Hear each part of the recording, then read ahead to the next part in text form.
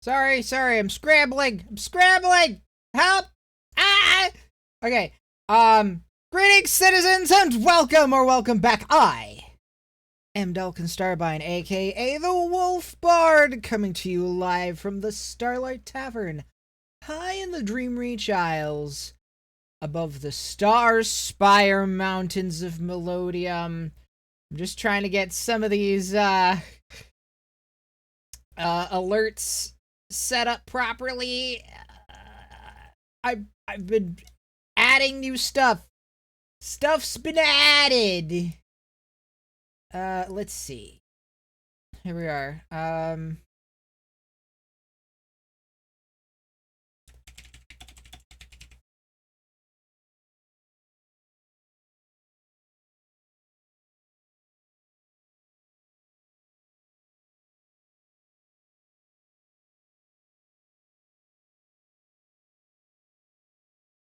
Okay. So, it's Wednesday. We're back after, we were having some technical difficulties yesterday, so unfortunately we were not able to do Tunic as planned. But we're back today with the Talos Principle. Road to Gehenna.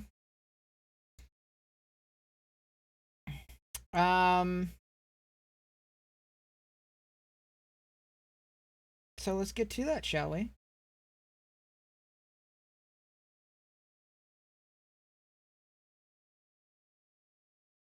Oh, right. It has like all the that one.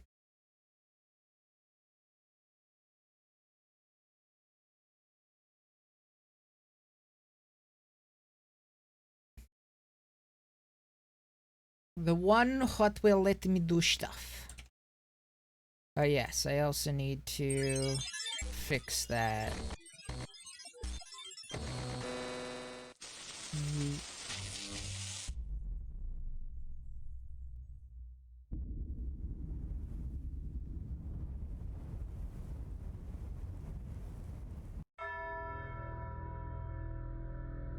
Wait a second. There. And there. There we go. Okay.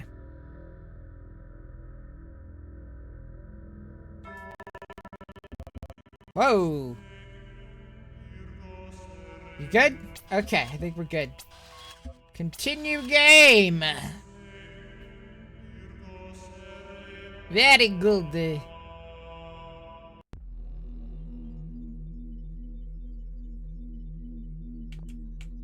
Right.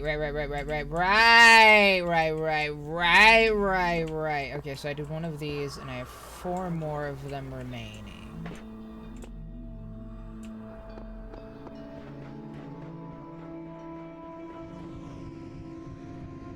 This was not one of the ones that I did. Bunny hop! Hop the bunnies! Hop the bunes.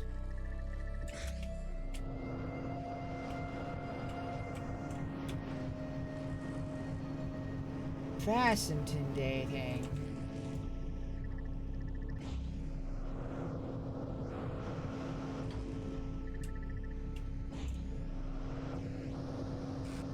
Huh.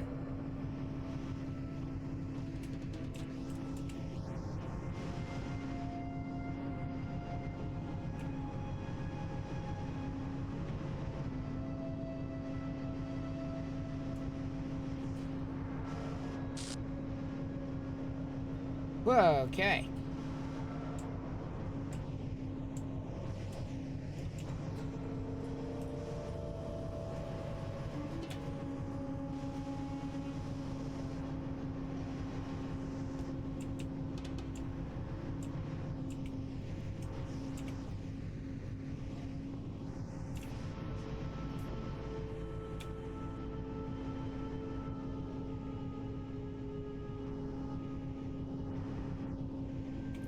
This is an interesting one.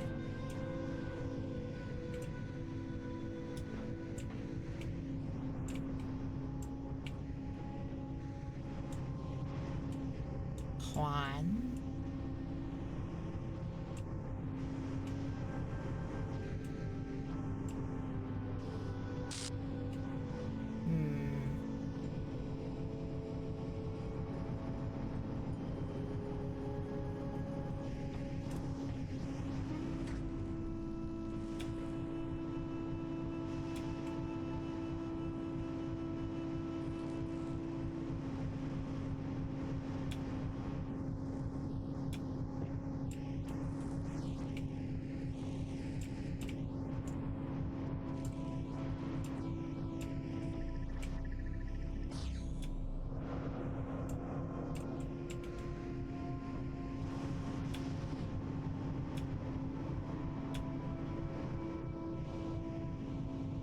Not quite.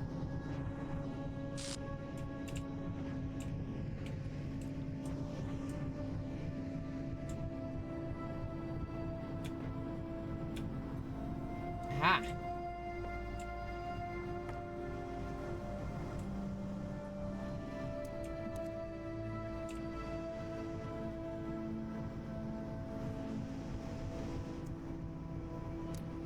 Interesting, interesting. Okay.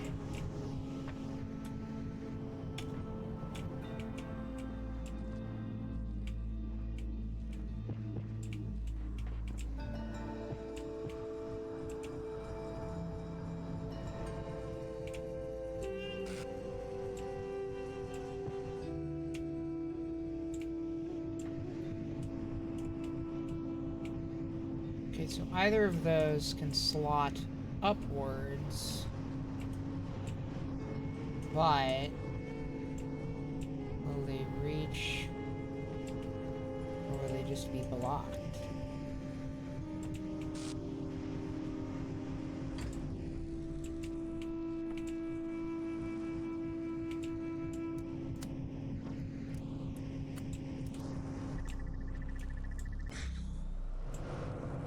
Okay.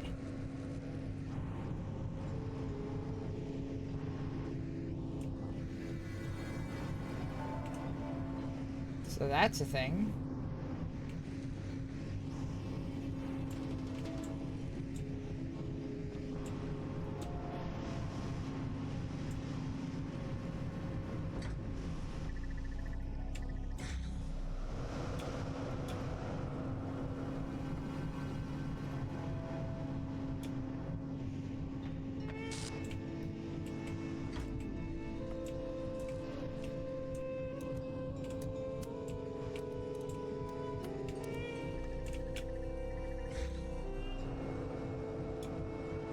Of course, now I can't get up there.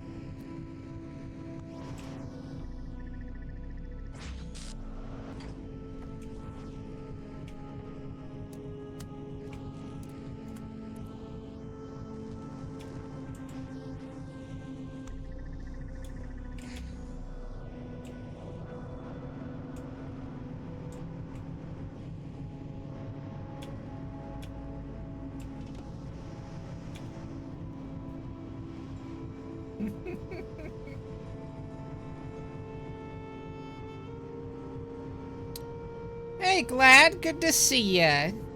Hope you're doing well.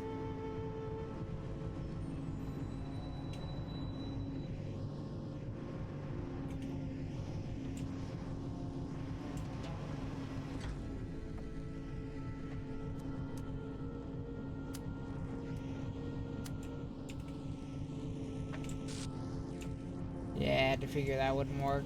That's why they're slotted like that.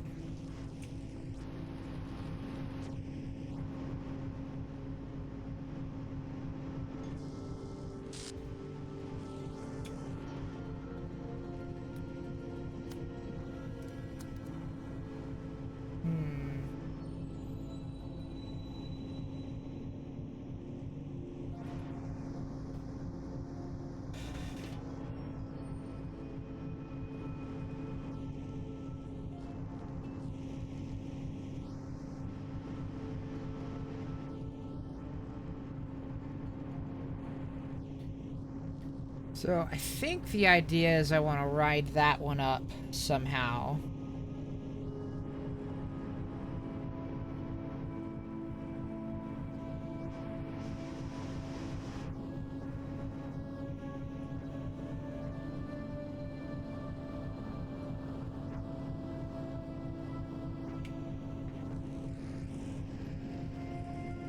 Alright, let's see here.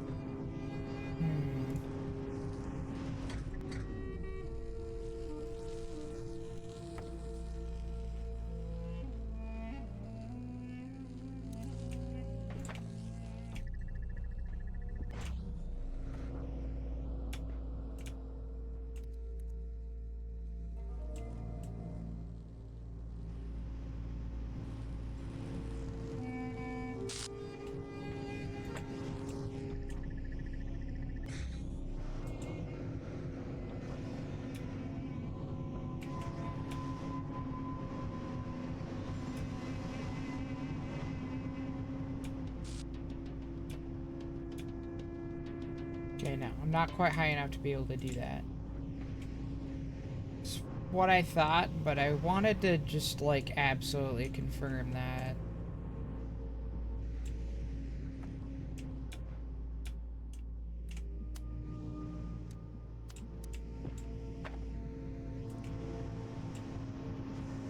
So I can also do that.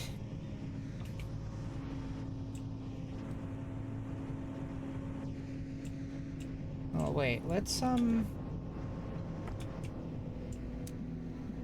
but I may not be able... Yeah, okay, so I can't do that one from there. But I can do that one from there.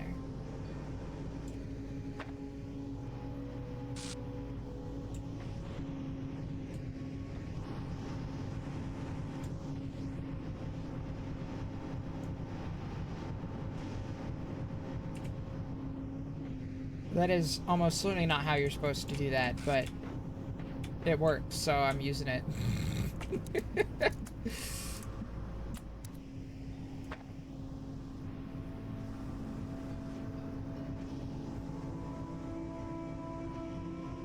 Okay, so... Right,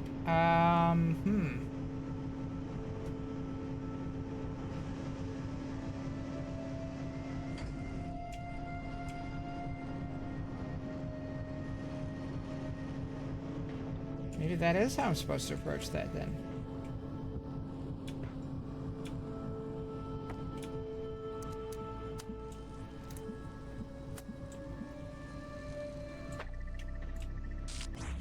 Shoot.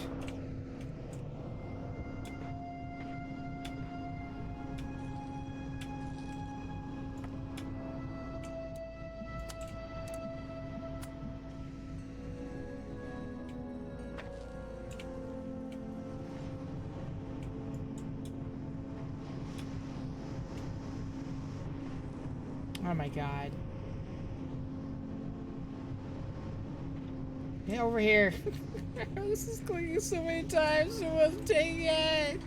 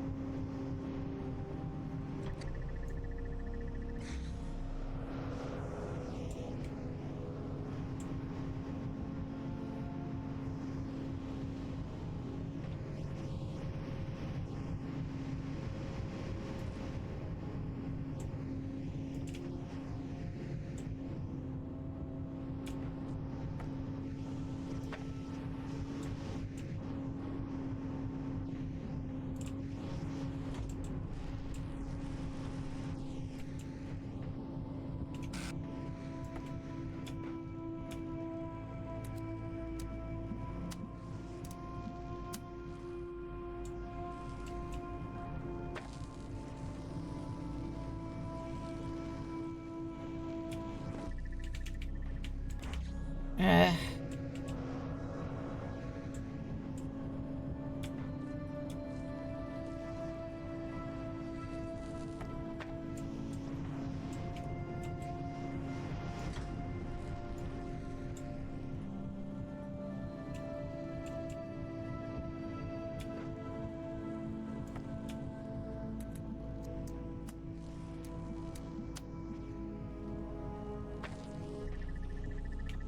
Shit.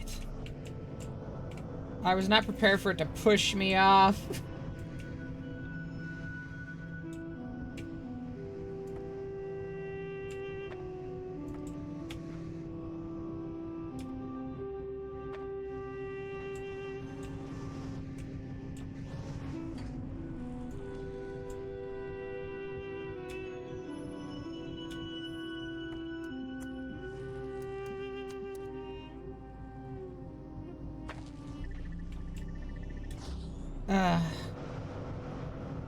It was so close.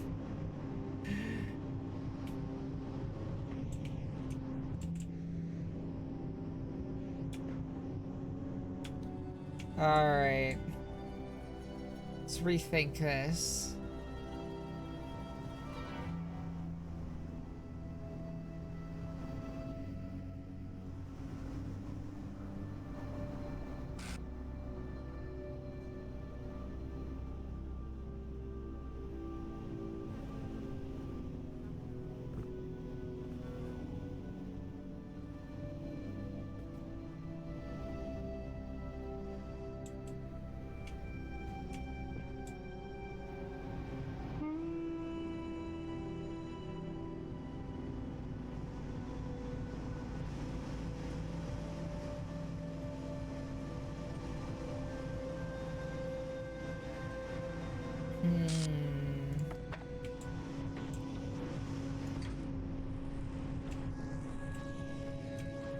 So started out like this.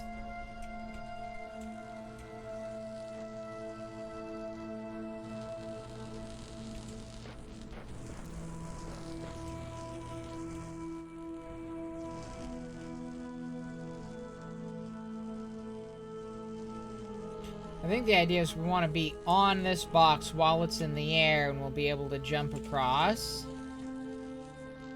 Would be my guess. That seems to be what it's telling me.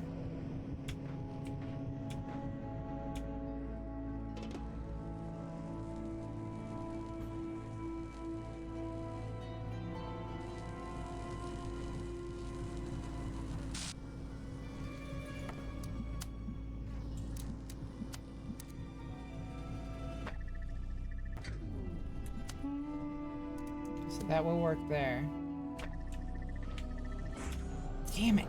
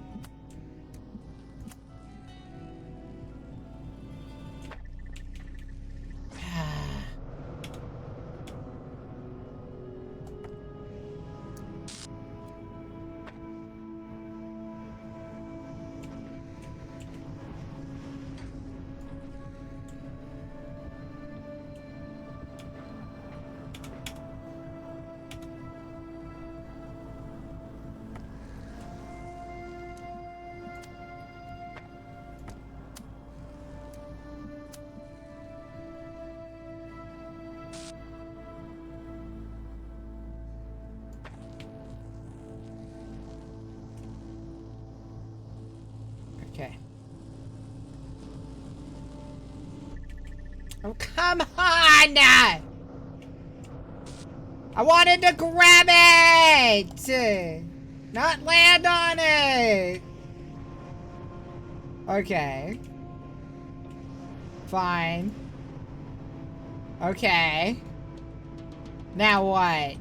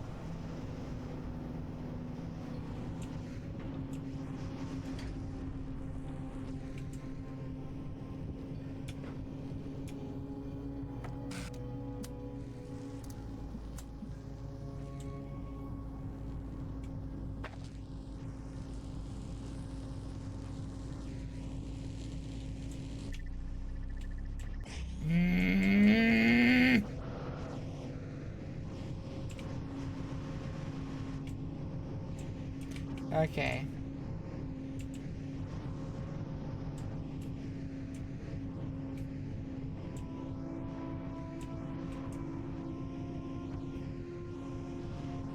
Maybe there's a more sensible way around this. Maybe it's not trying to make me platform really fast.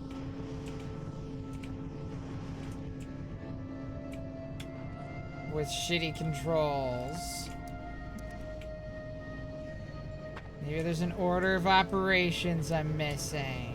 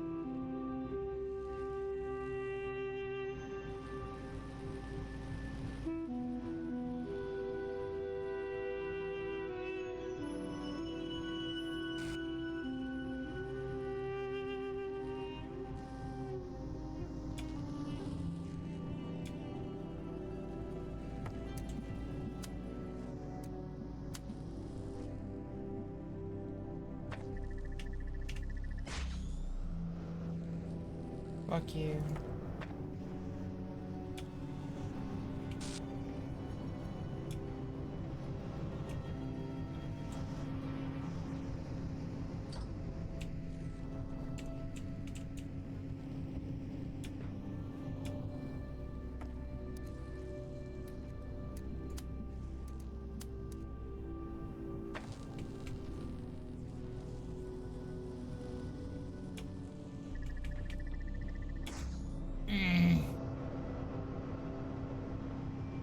Almost.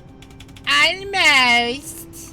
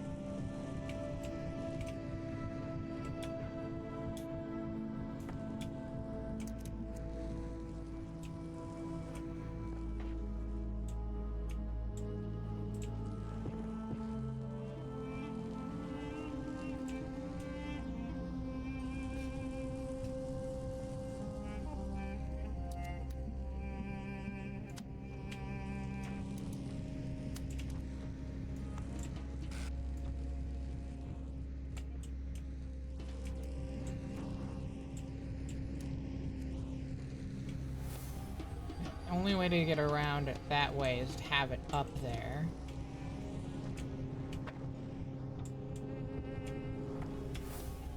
If I have it up there...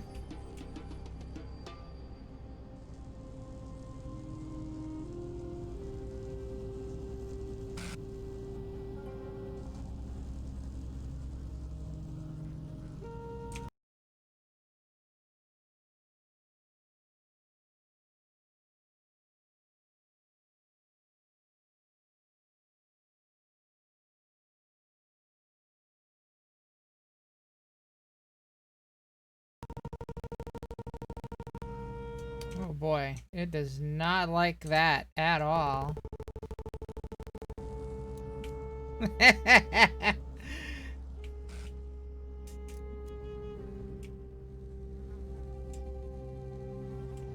Note to self, tab in and out as infrequently as possible.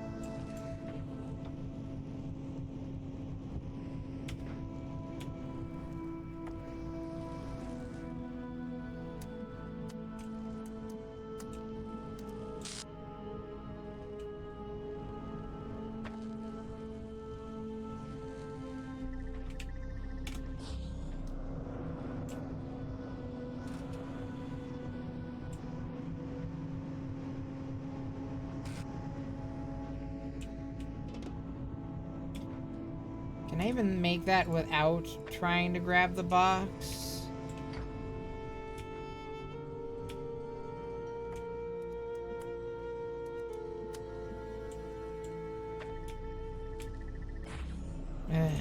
Not like that, I won't.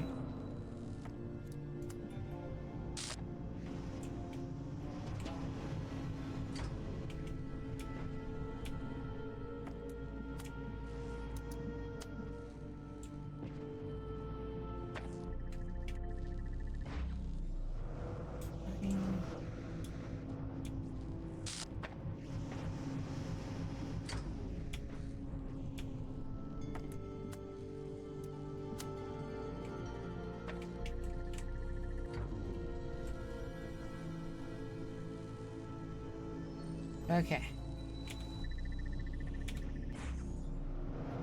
So yeah, if I don't try to grab the other box, then I can make it. But then I don't have the other box.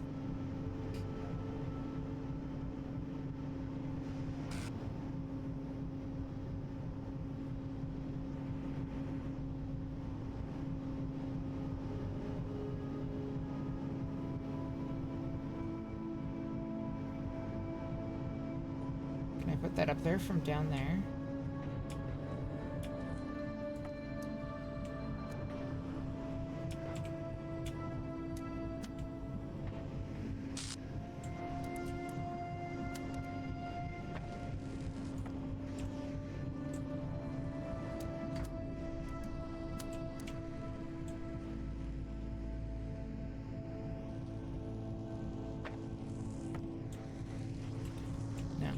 I can't put it up there from here. I'm just not tall enough.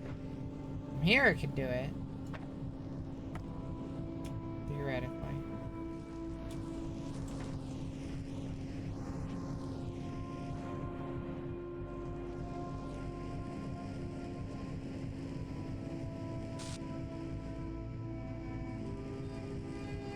Yeah, glad.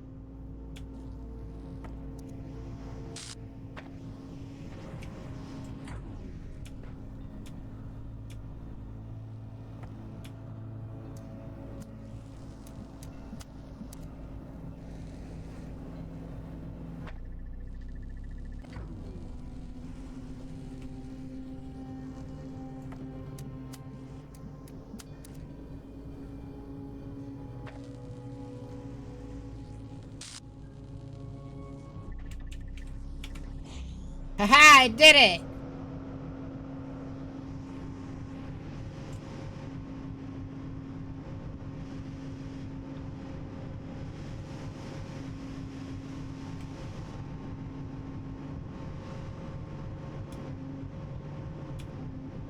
Nice.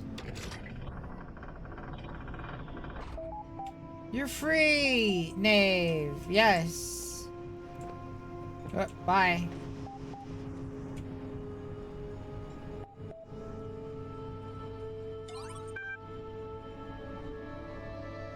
Welcome back, Aerial Copy. There are threads available on the Gehenna billboard system.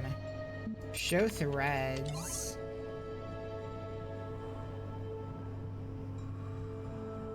A short experience by Knave. Error, file corrupted. /restore. Sorry, a profile status of 6 is required to restore functionality, but your status is currently set 5. Please come back later. What are cats?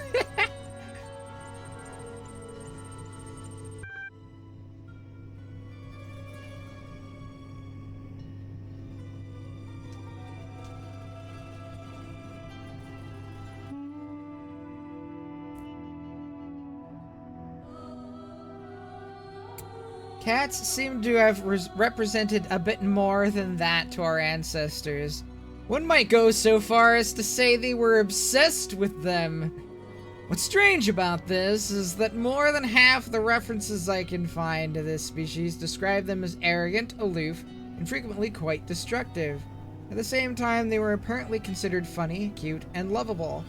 Cats were considered both foolish and devious, graceful and goofy, a nuisance and a comfort. For a long time, I was baffled by this contradiction, but I've come to believe that our ancestors saw in cats a reflection of the paradoxical nature of their own existence.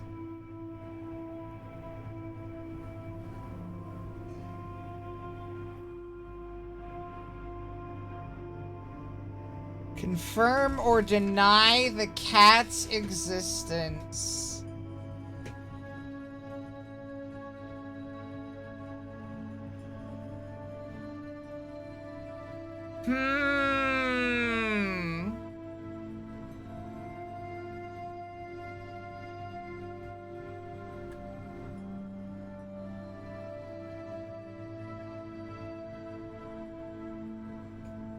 Or I could just go back. I could do neither.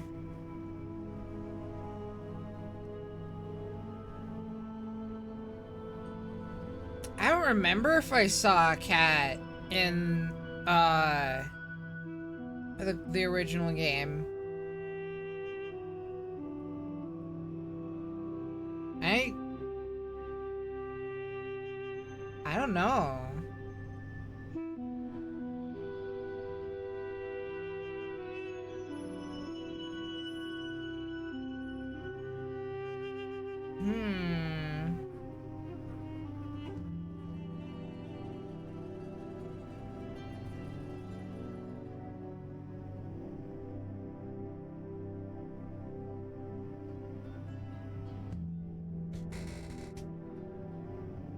I know who we got around here. My Twitch stats thing has not updated in 42 minutes.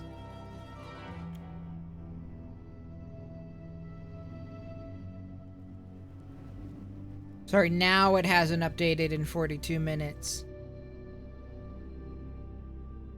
It's 41 minutes and something seconds before.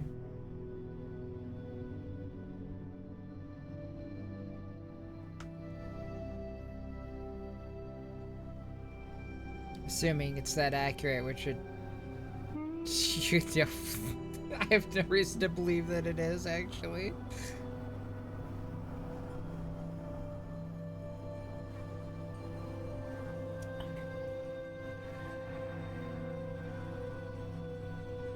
I feel like I did see a cat, but it's been so long that...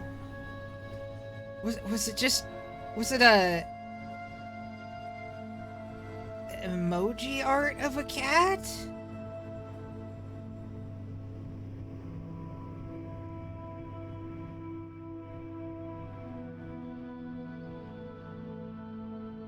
God, I wish I could remember.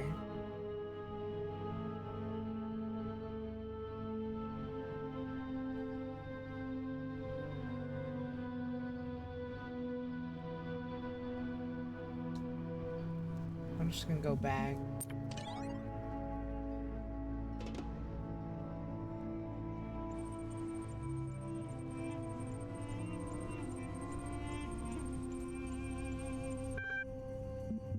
Okay, so I'll potentially have the option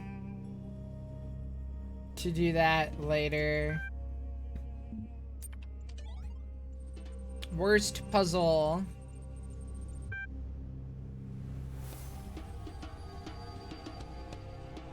What was the puzzle or challenge if you prefer the old word? that you hated the most.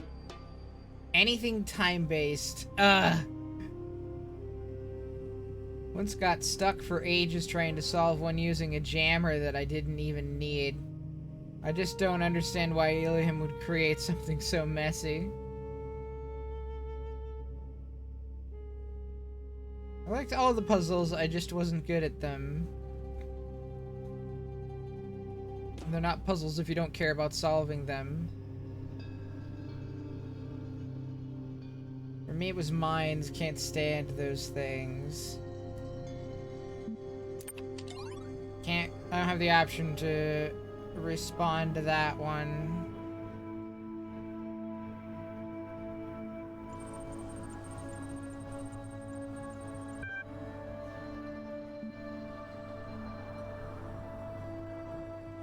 Oh right, did I...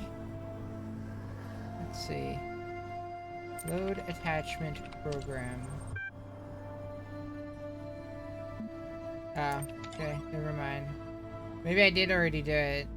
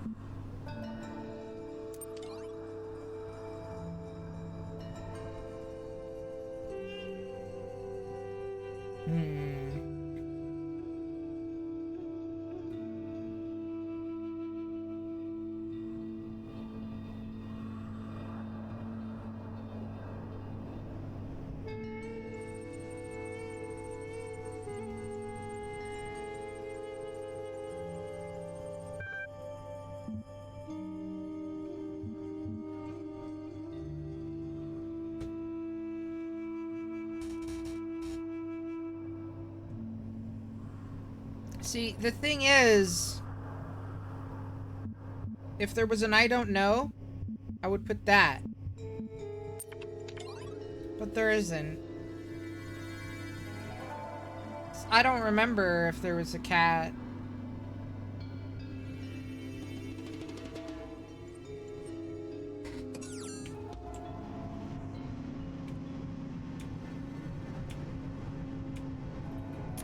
I don't remember there being a cat specifically, but I kind of remember something about a cat.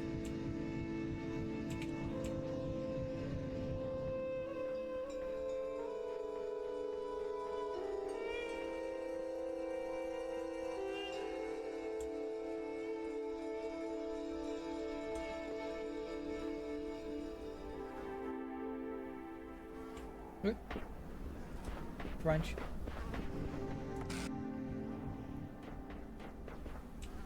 Interesting.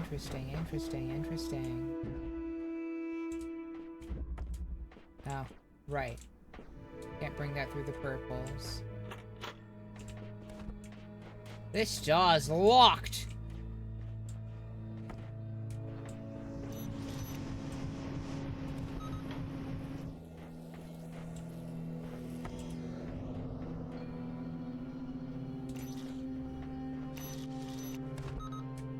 Nice.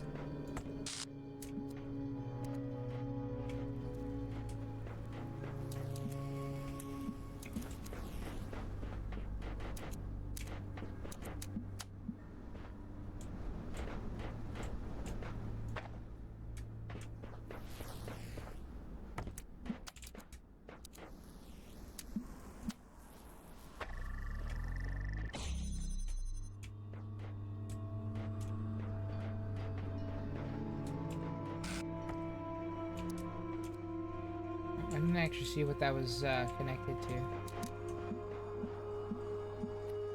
I should have looked before. What was that? Could have been that.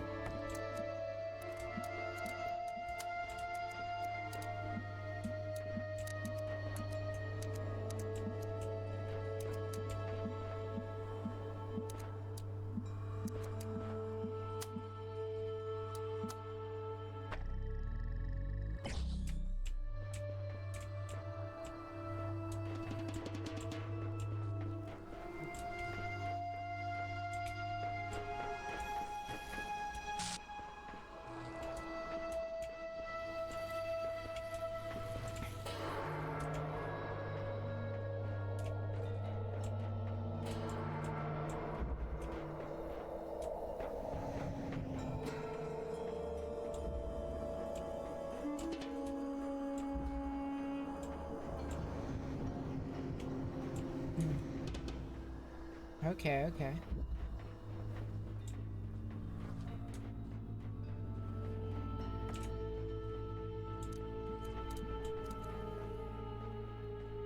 But this is gonna...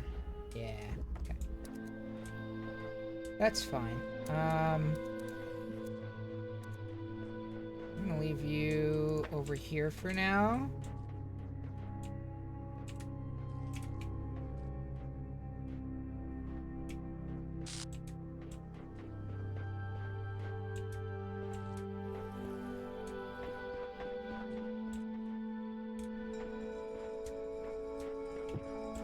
Take you to you.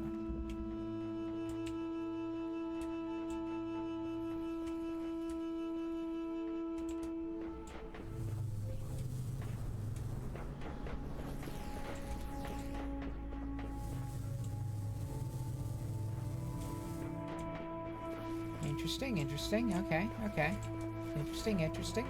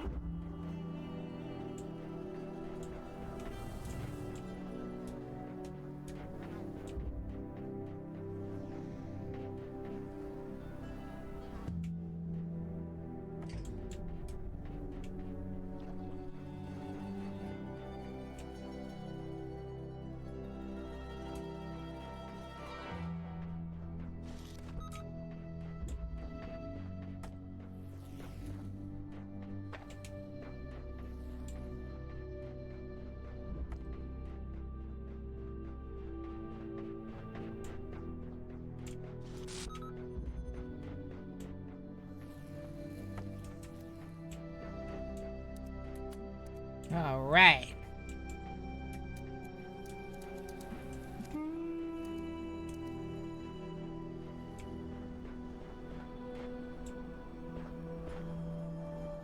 I need another one.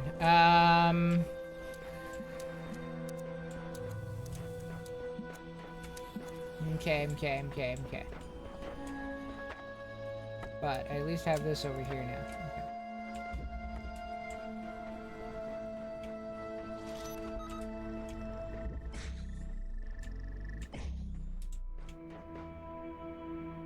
Okay. I wonder.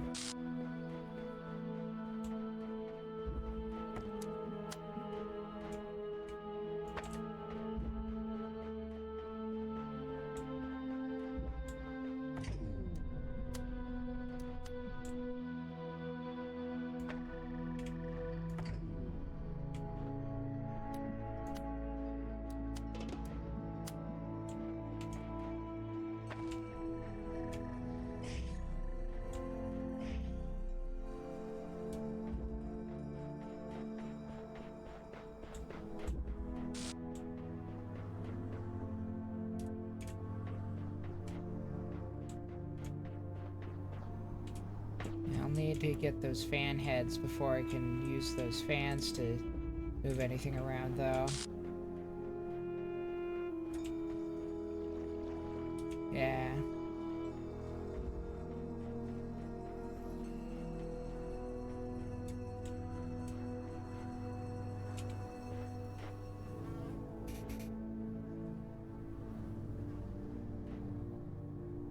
that fan head. And do that red and that blue.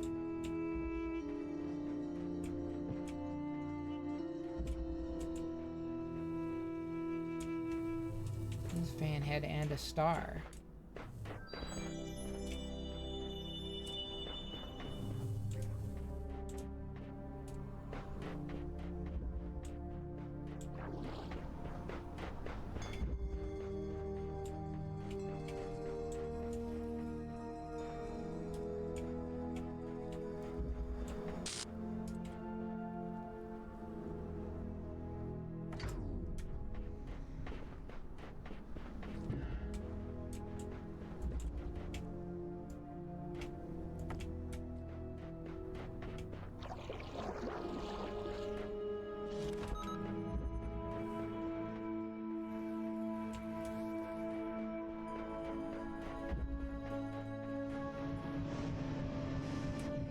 Yep, can't move those.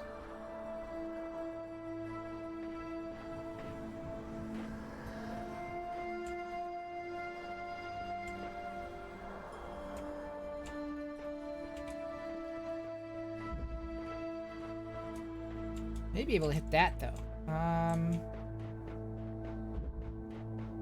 Okay. Maybe that's what that was connected to before.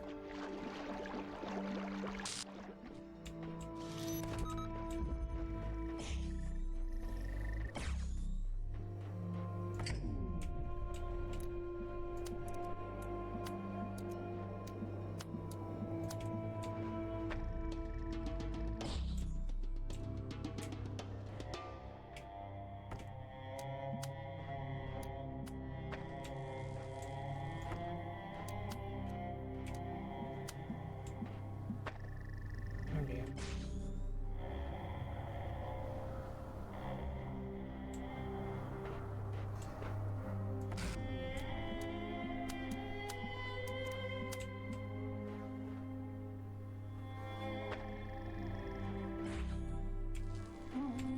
Shoot.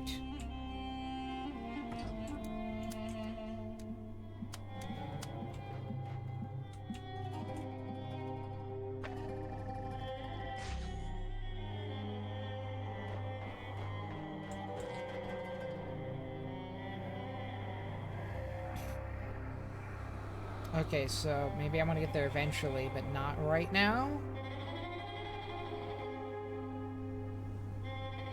Unless I can... I go... grab?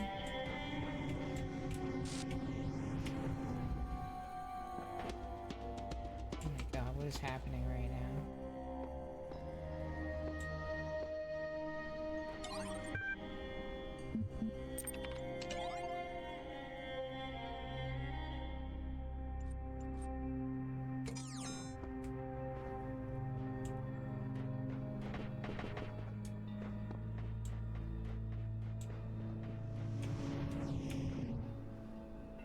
Okay, no, needing entirely over top of that. That is not the desired occurrence.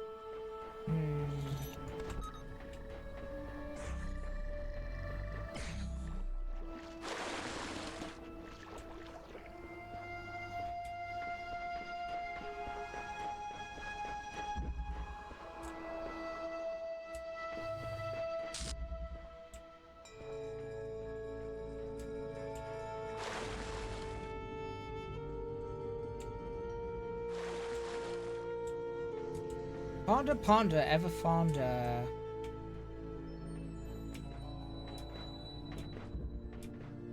Curds and cheese and whey.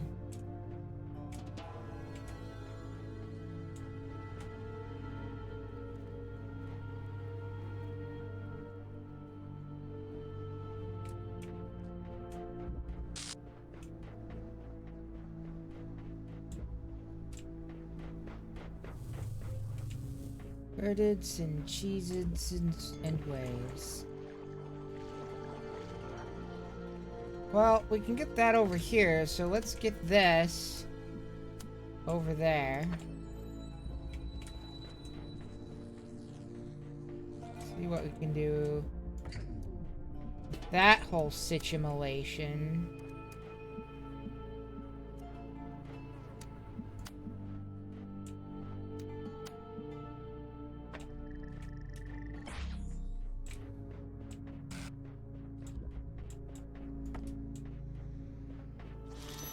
Malaysian.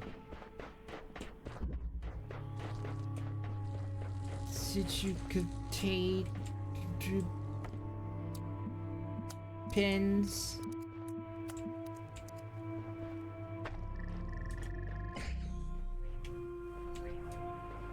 Right.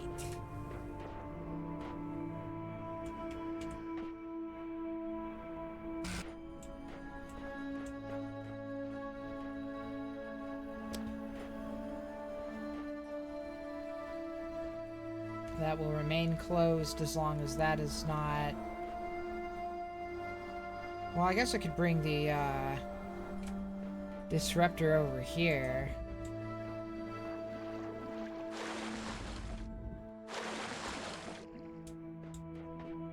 Jammer.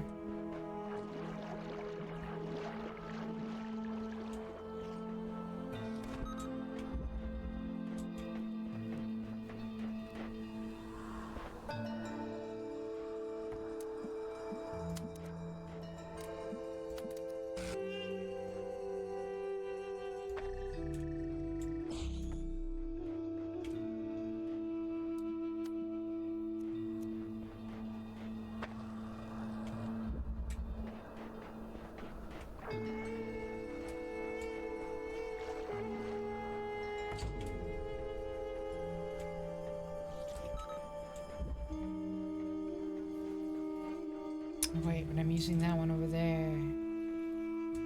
Oh, wait, let's see.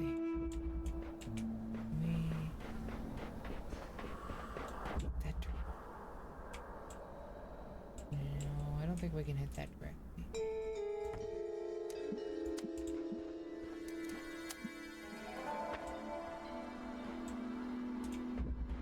Yeah.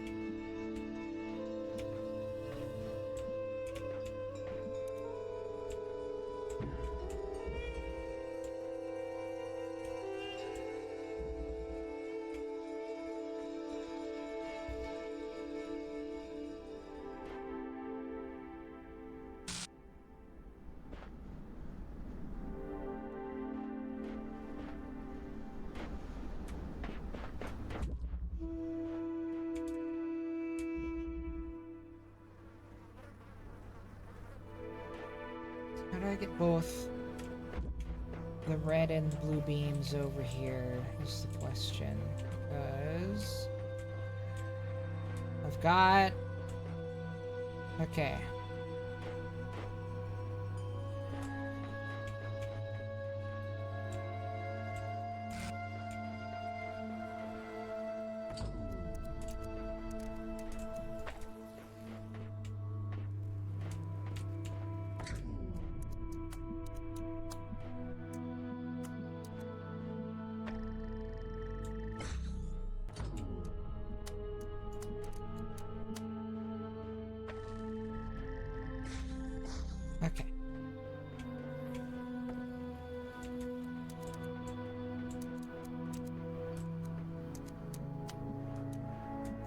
Oh my god. Okay.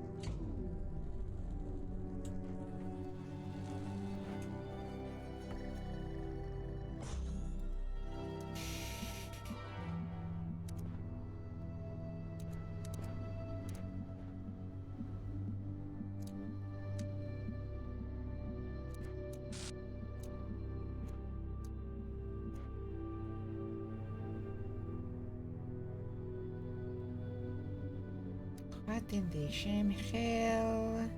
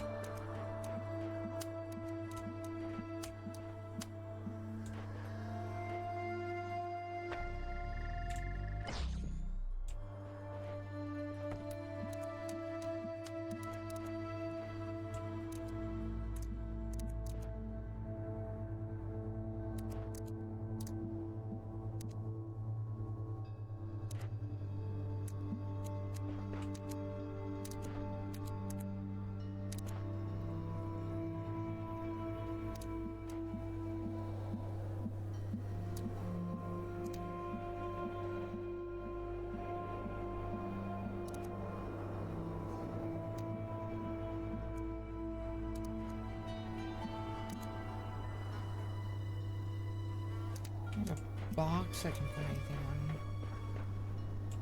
Doesn't seem that way. Slightly uneven, but it's not that uneven.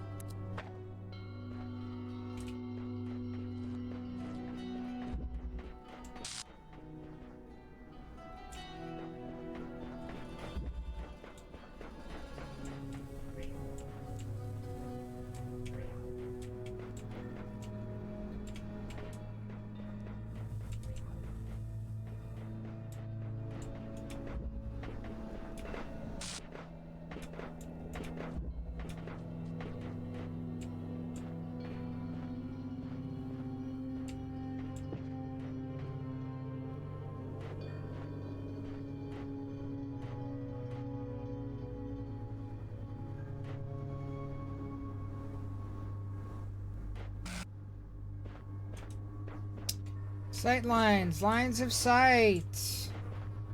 Sight those lines of the sight.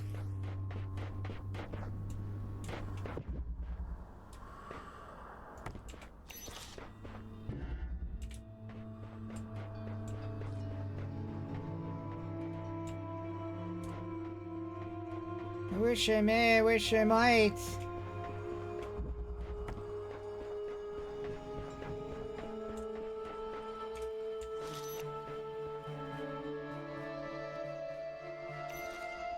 Sight the lines of linely sight.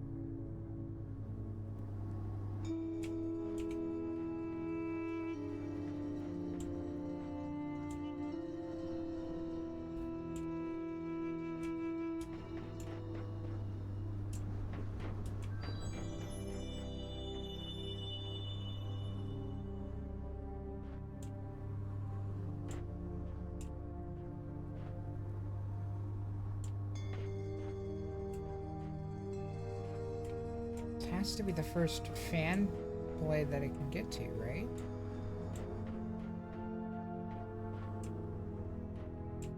I mean, I guess, you know, there's... I can turn that on, but...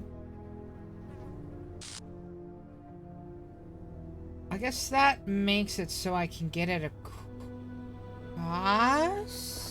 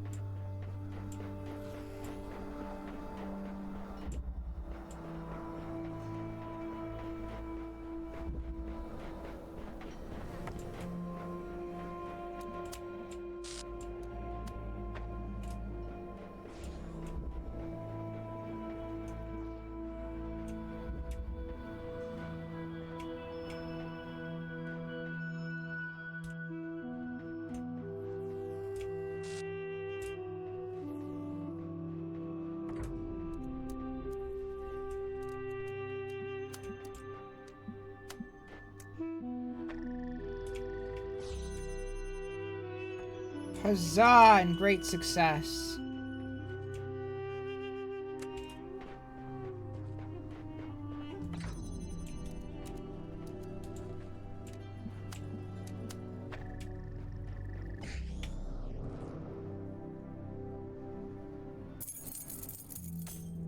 Nice.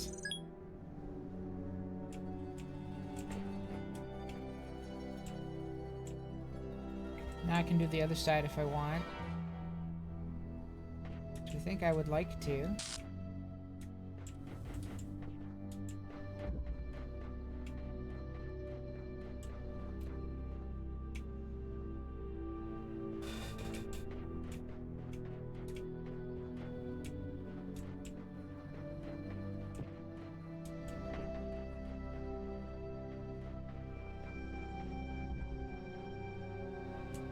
because I believe that means I can bring some of these over there with me, like, say, this in one.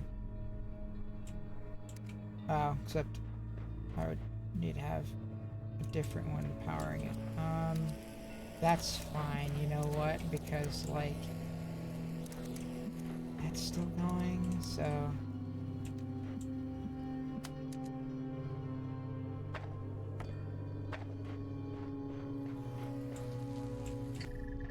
Yeah. Put this one back. Oh. Oh. Right, that's holding that one in the air. I'm dumb.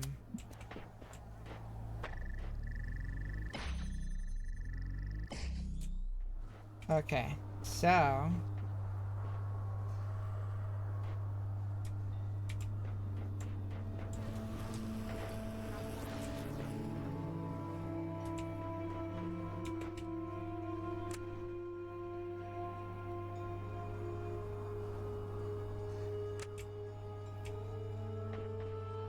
could bring that fan face over there.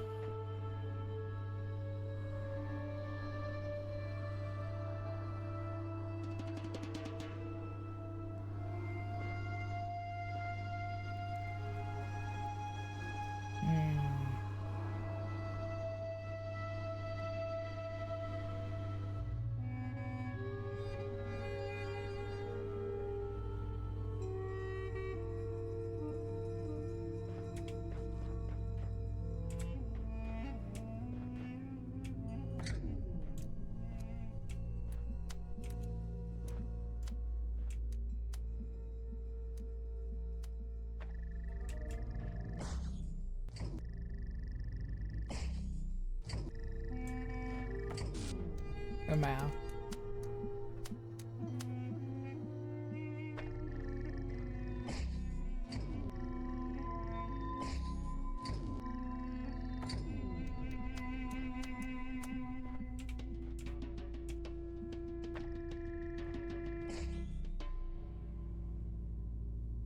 Okay.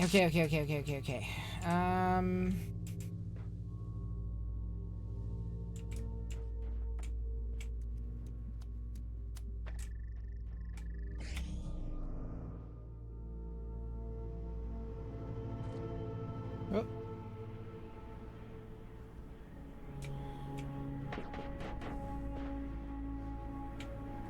I tried clicking on it, but it wouldn't let me take it. I don't know if that means I just missed it, or if I can't do it while I'm moving.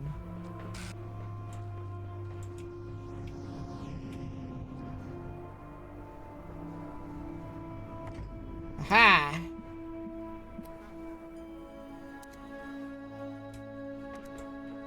Thingy acquired.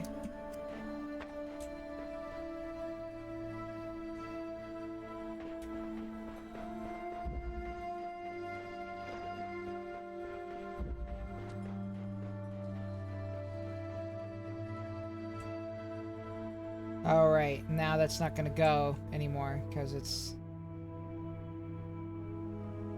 Yeah.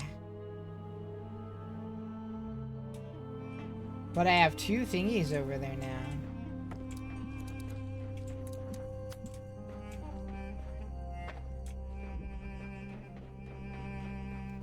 Alright,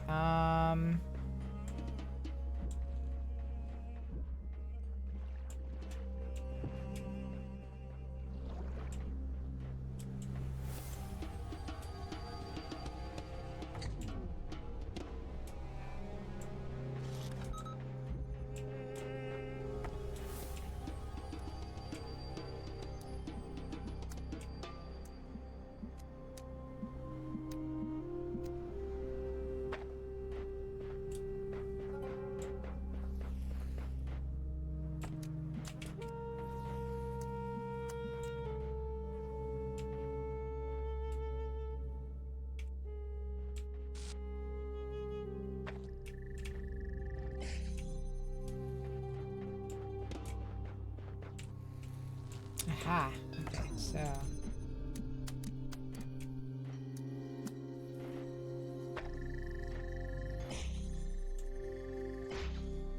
Fantastic.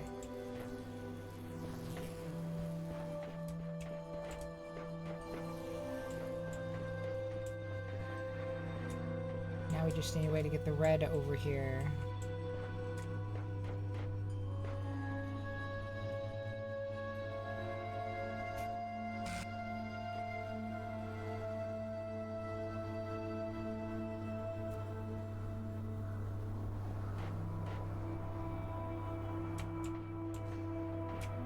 Right, let's see. We can open this now, right? Yeah. Huzzah, great success. Hey, 401.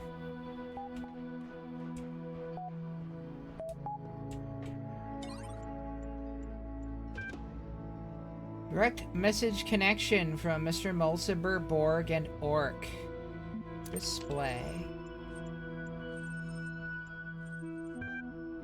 Salutations, brother. We bring greetings from admin and welcome you to Gehenna in these unique circumstances. We have waited until this moment to contact you, though your arrival here brings many new questions. It is good that you have begun to explore our domain. What do you think of what you have experienced here? It is quite the wonder. Right answer. Nothing of this nature could have developed on the other side of the fence. Your amazement is understandable. We shared it when we each arrived here, and do to this day. Tell us about your time here. The gallery has just reopened. Did you have a favorite artist?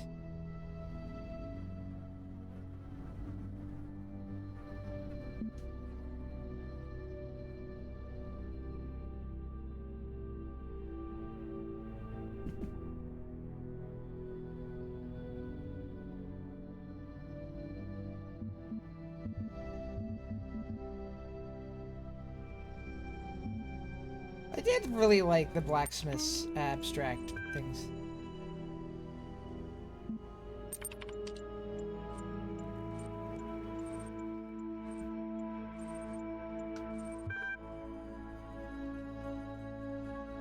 Honesty is a virtue. It's good that you're getting to know Gehenna. Let us discuss other matters. I was meaning to thank you for taking part in my little research endeavor. Commiserations on your rather average leaderboard for more performance. Yeah, I enjoyed it.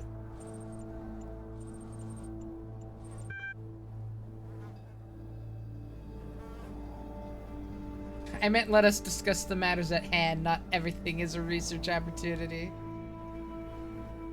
Of course. Uriel, we understand that you have a purpose here beyond merely exploring our kingdom, but we don't understand your reasons.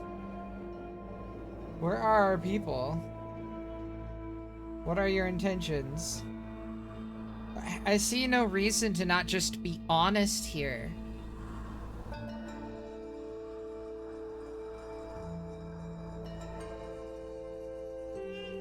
Oh, or defer to your answers. Well, they've already read my other answers, I'm assuming. They're clearly very interested in why I'm here, so...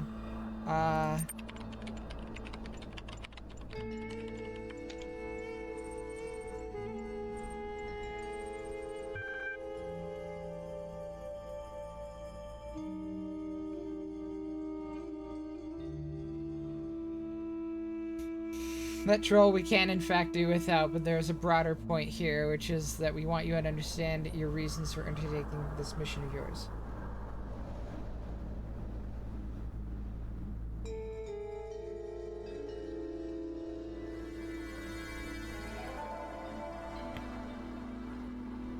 Well, the original reason for undertaking the mission was because of Elohim, but,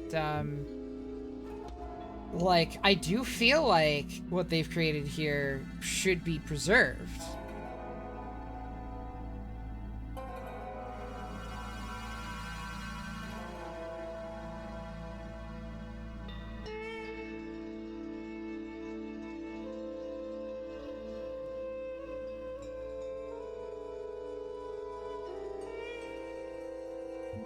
I don't know. Like, if this were an actual conversation, I would ask, I mean, also, like, this, but they're not alone. Like, I don't think they feel like they're alone, I should say. Like,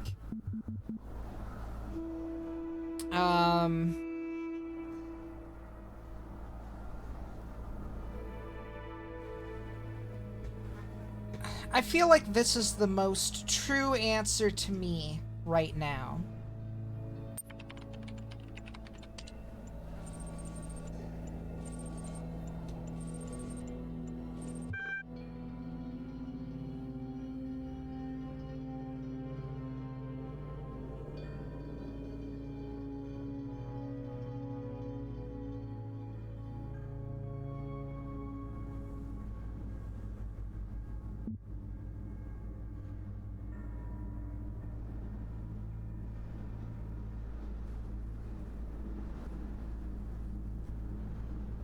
Solving puzzles means forcibly emancipating your fellows, and so be it.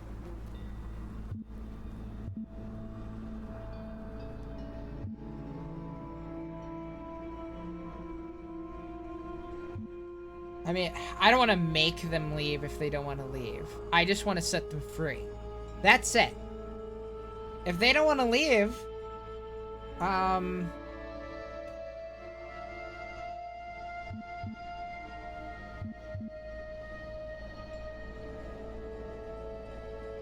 but yeah, again, I feel like out of these, this is the most true answer to me.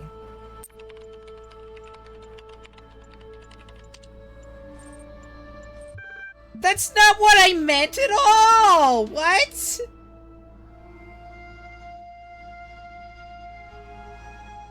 I wanted to convince them that it's too precious to lose, not to say that I am going... Every answer is you have to come with me? That's stupid!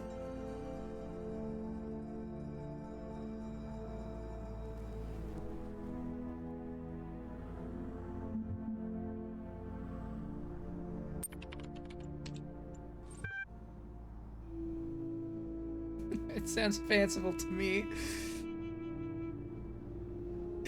There will be cats!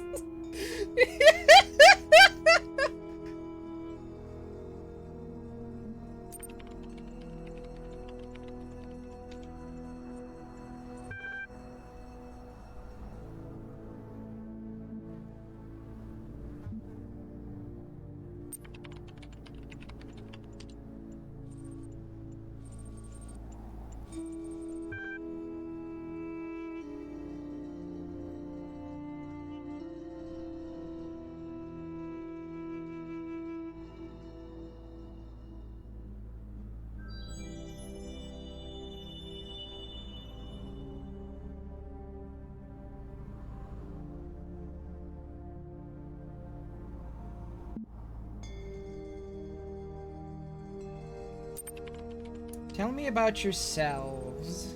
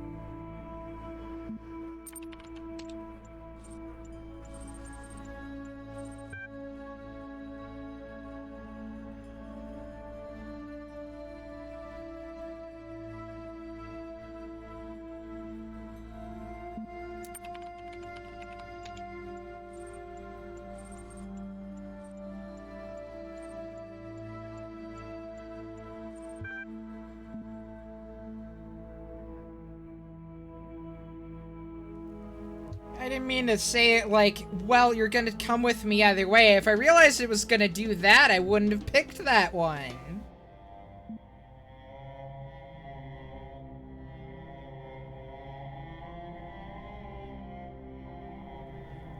I wanted to phrase it as like an opening for a counter argument, not as you're just coming with me and that's that.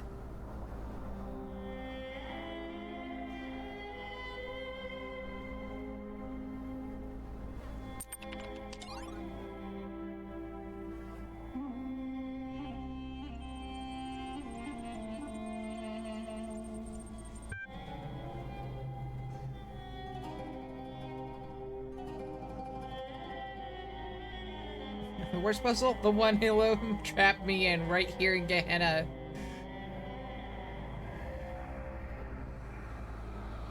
That's not what I meant. Mr. Mulciber's theories on Atlantis.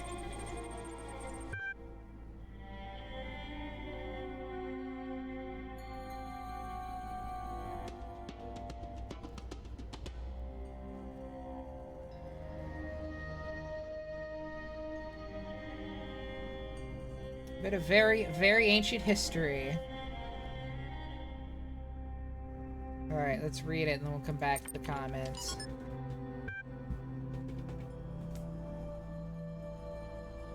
According to the fragments of knowledge that remain, the continent of Atlantis was an island which existed before a great flood in the area that was later to be called the Atlantic Ocean. It was said to be so great an area of land that from its western shores, its sailors, renowned for their beauty and their decorated ships, could travel to the major continents of South and North America with ease. The continent of Afrique...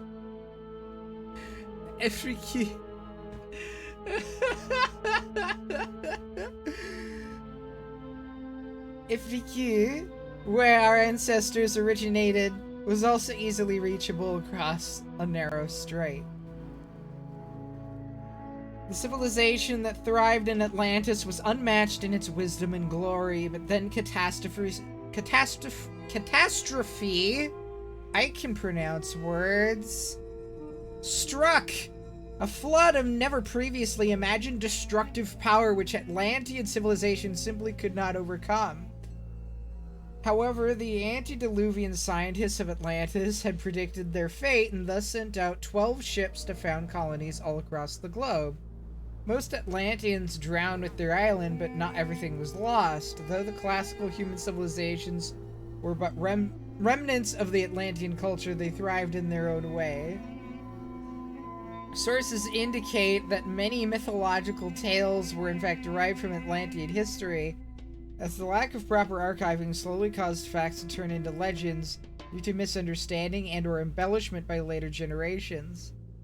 The gods that appear in many mythologies were in fact reflections of real individuals, poets, physicians, farmers, scientists, and magicians, who had escaped Atlantis on the 12 colony ships. In many ways, the history of Atlantis is the history of the stubborn survival of civilization through catastrophe and change. This history inspired our ancestors for many centuries and is of value to us as well.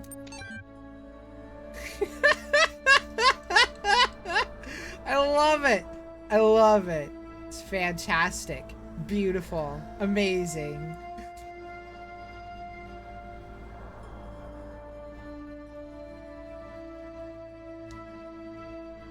Must have been awesome to live back then.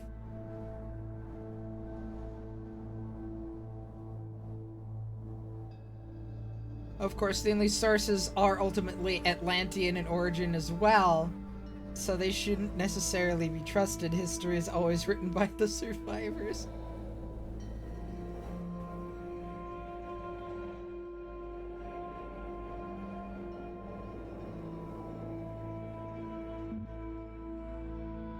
Amazing.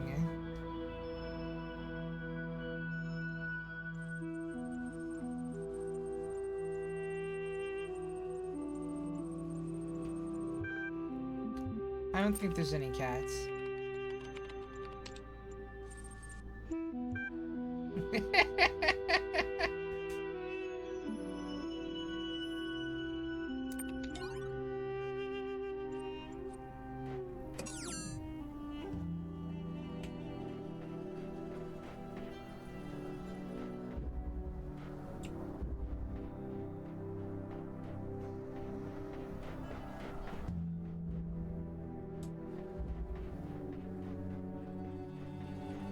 Oh boy.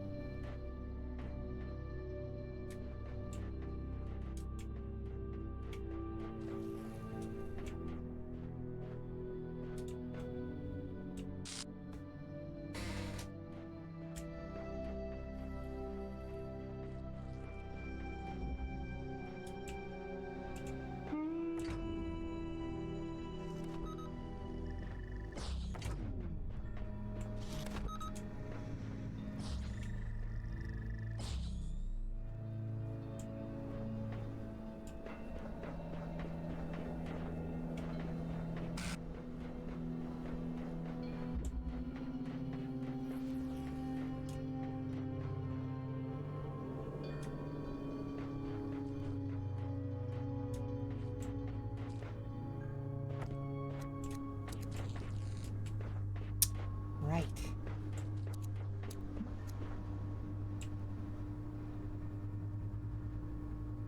I could have just taken that.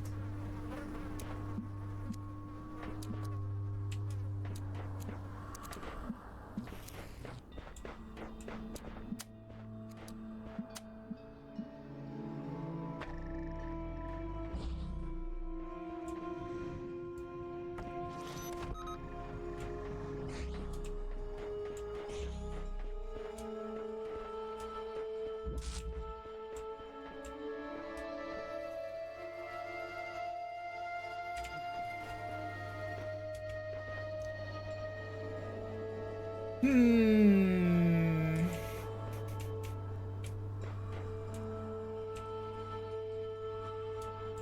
wonder if I have to reset this one. I hope not. That'd be kind of annoying.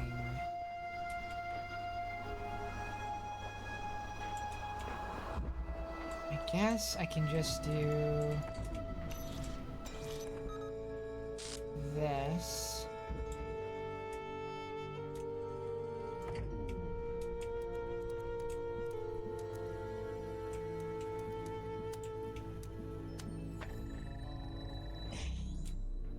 Before we do that, though, let us,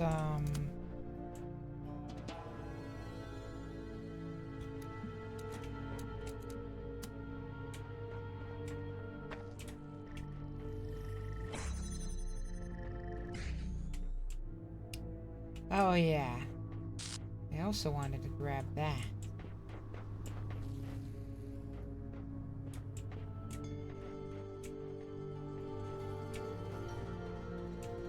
I don't know if I'll be able to. That's fine.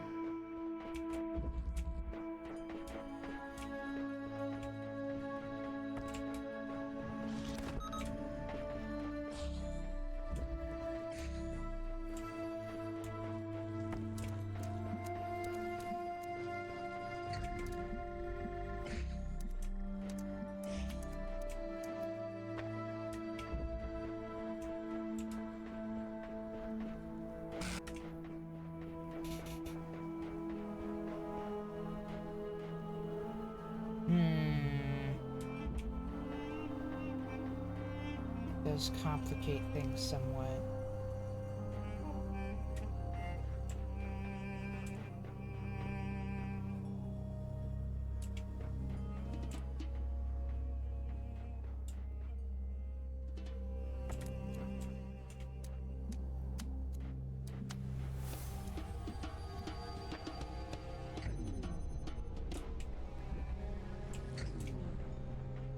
Oh, wait. Except I don't... It doesn't complicate things at all. Not really. Because... I don't need that to come over here.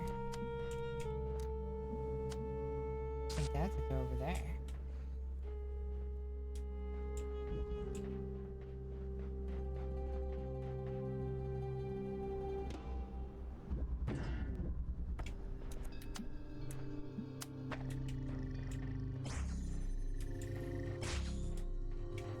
Oh, but I do need another one to come over here, though. Okay.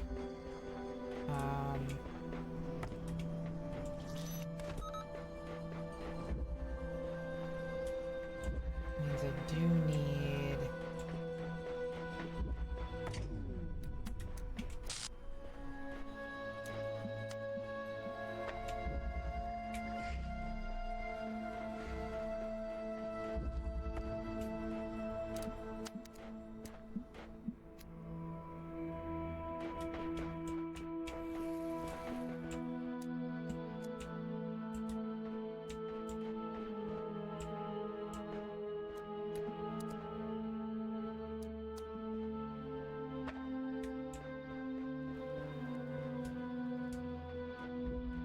Shit.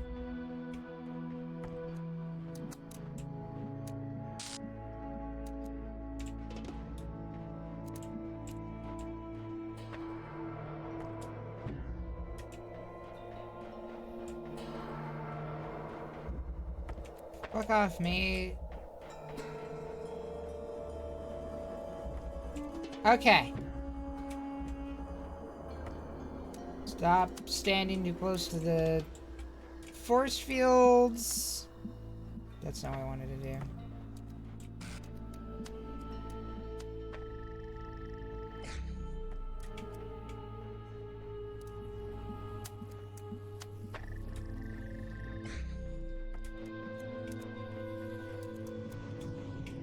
This sucker over there.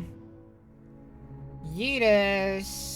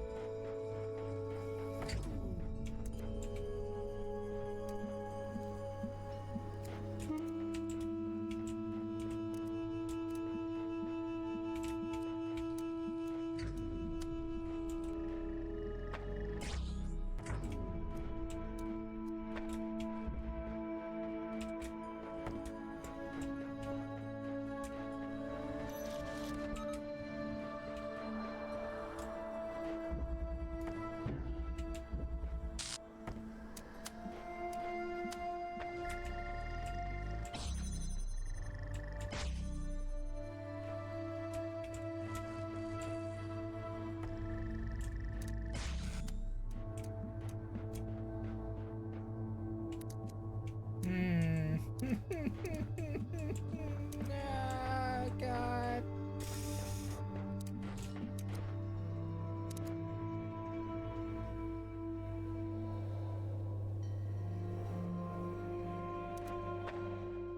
Make this easier so I can grab that stupid friggin' box.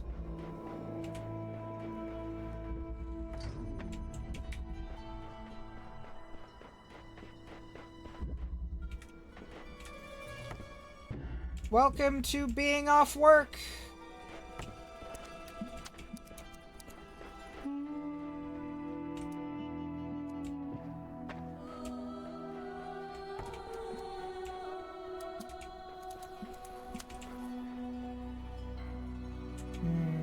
I can't grab the box anymore.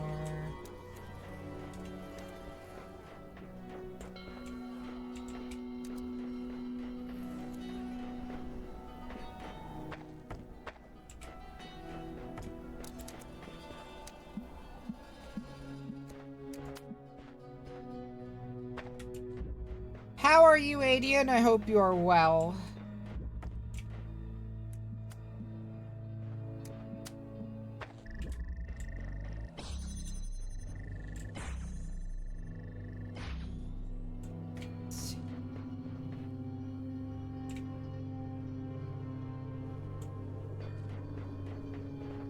I don't think you missed any, Jeff Goldblum.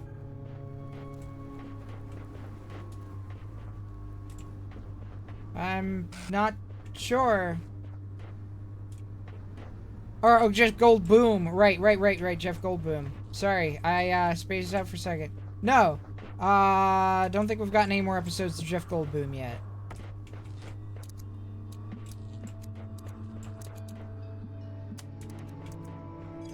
I did deny... Like that. No.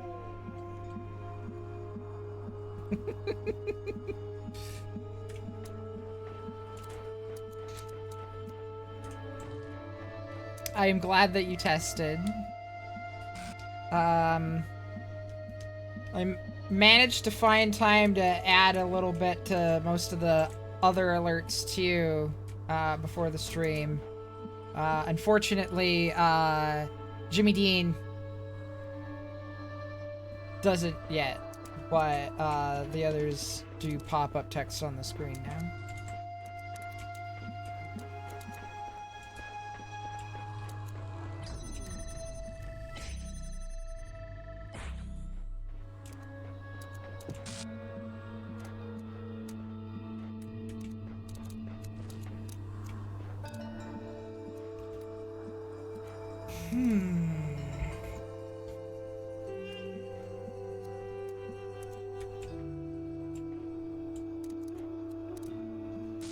I guess well...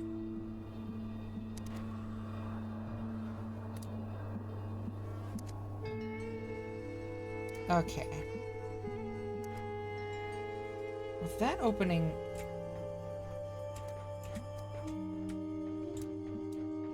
I guess I could just disrupt this one from the other side.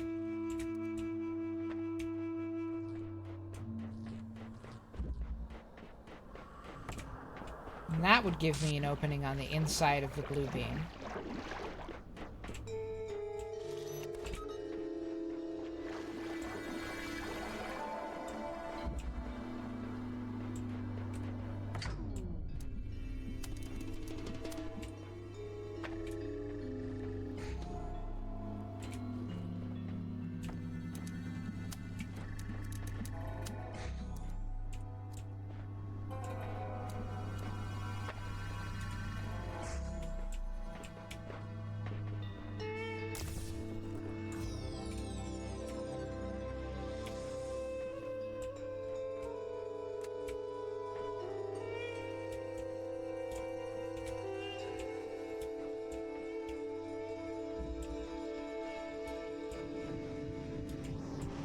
Got a star!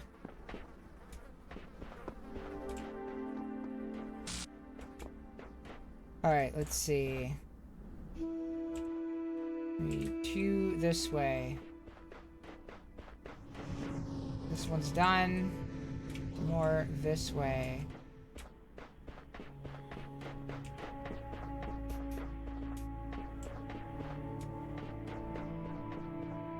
Still this way.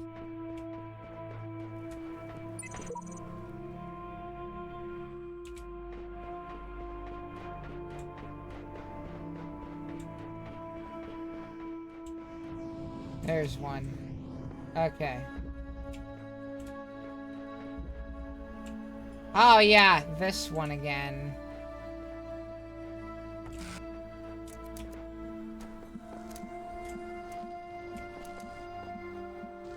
Let's see. Let's see.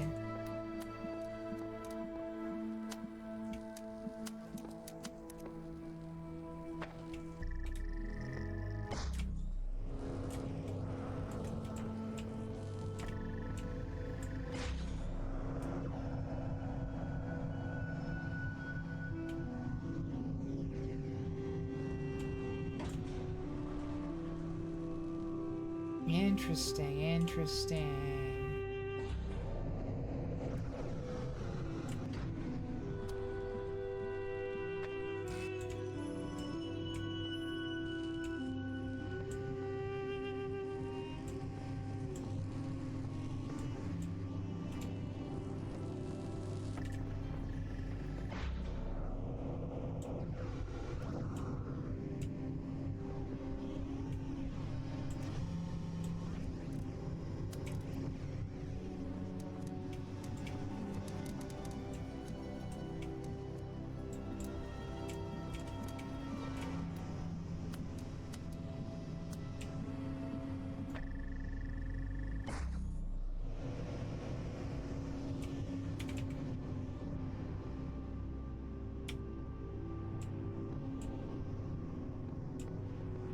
Okay, but this lowers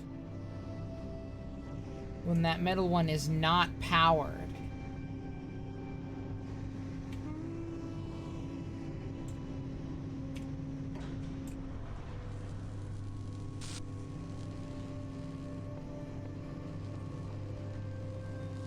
Interesting. But it can only get up there when it is powered.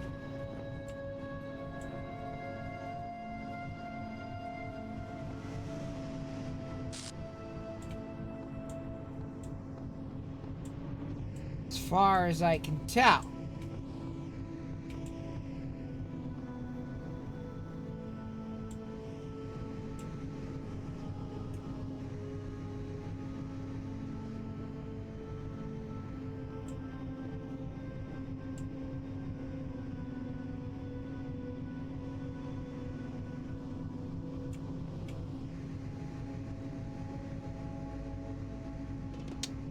What I could do...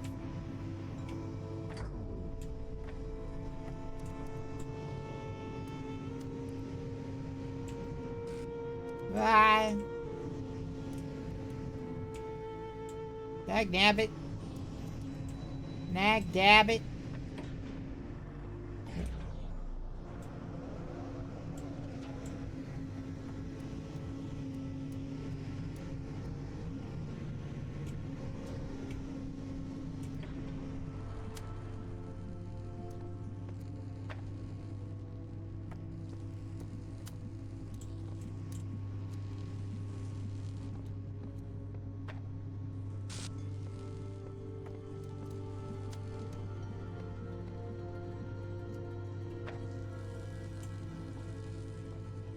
Well, that's not gonna help a heck of a lot.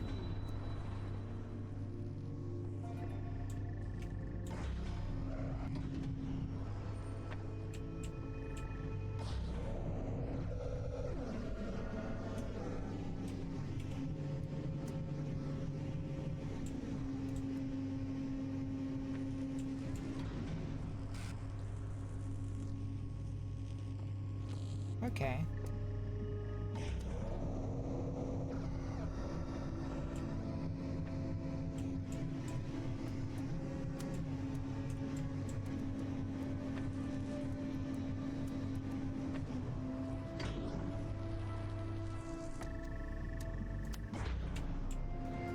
Damn it. Stop it! Stop it! Stop it! Stop it! Stop it!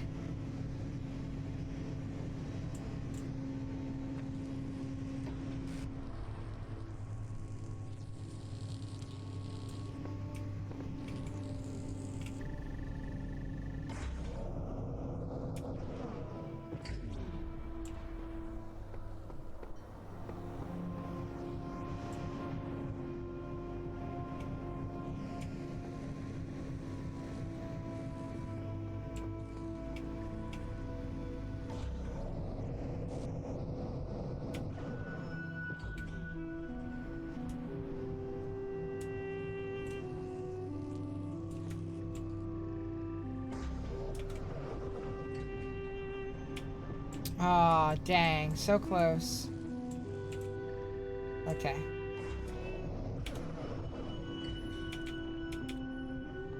Aha!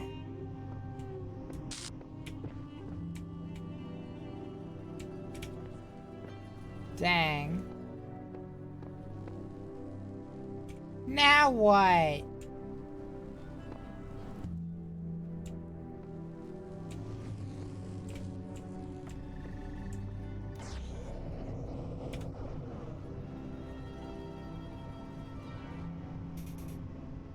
I have to raise it back up again. After...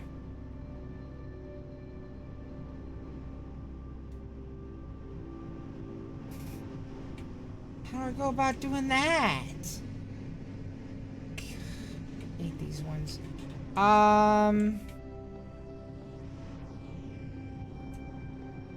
Okay, let's see.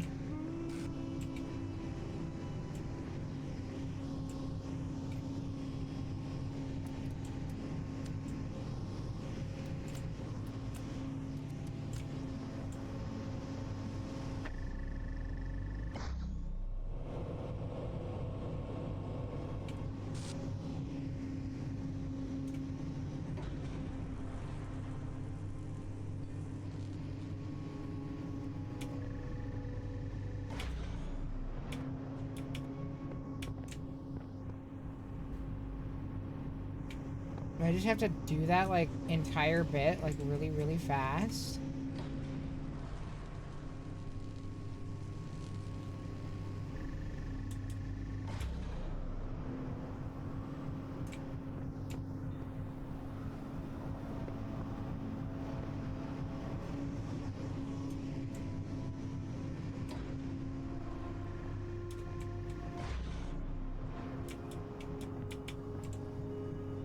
I don't think so. I think I need to figure out how to lower it. I guess I could bring that up here with me.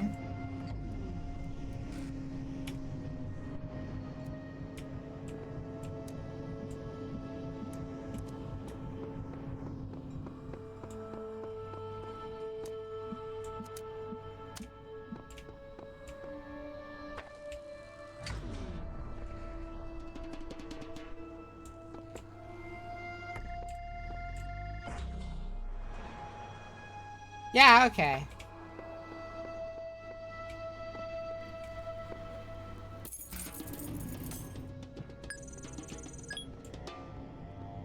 And then that door was here.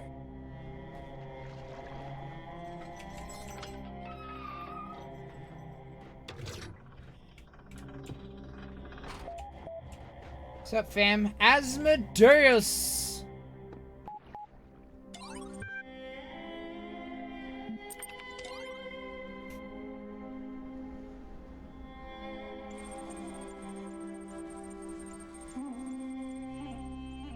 Dream of Aru. Ah, from the blacksmith. Okay, let's look at it and then we'll look at the comments.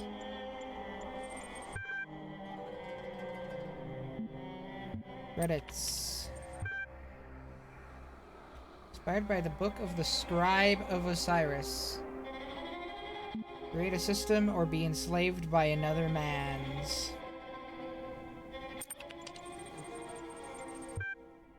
The last thing you remember is the great block of stone falling towards you, its dark shape blotting out the sun, and a single thought racing through your mind. All this just to build a tomb? But now the pyramid is gone, and so are the other slaves. You are all alone in what appears to be an endless desert. Start walking. You start walking across the desert. The sun is glaring, but you feel no heat. You look down at your feet and you see that you have no shadow. The latter is particularly disquieting. You feel as if you were no longer anchored to your world.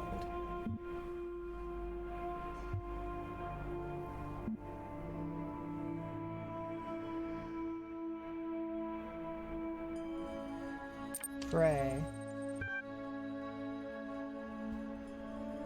You fall to your knees and beseech the gods. Osiris, foremost of the Westerners, Hathor, mistress of the West, Hades, receiver of all, hear my prayer. Something enormous starts crawling out of the sand before you. Wait for it to rise.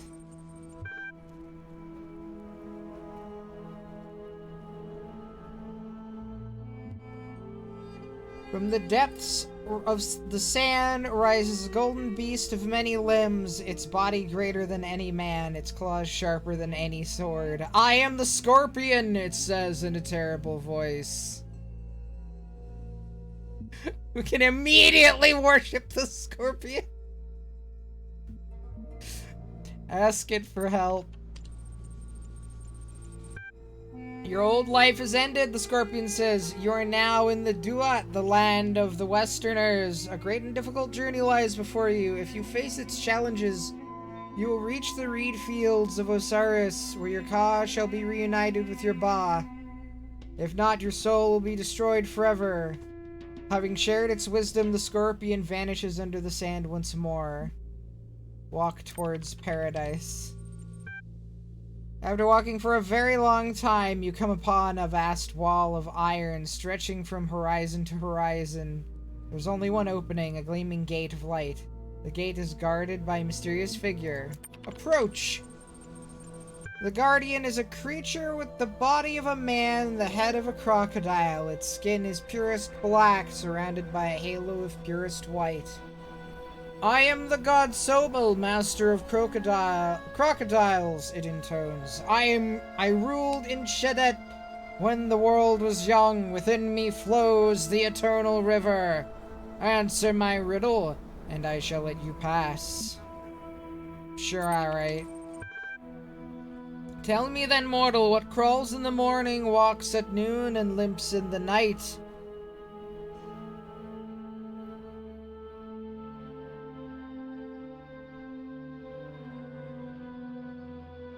A solar-powered robot.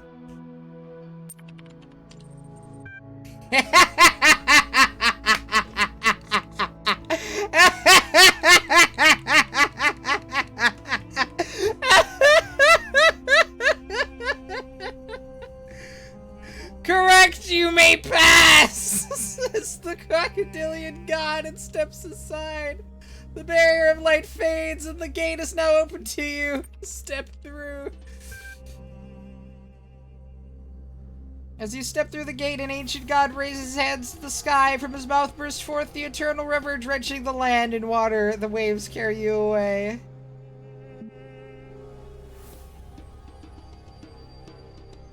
Fight to stay afloat.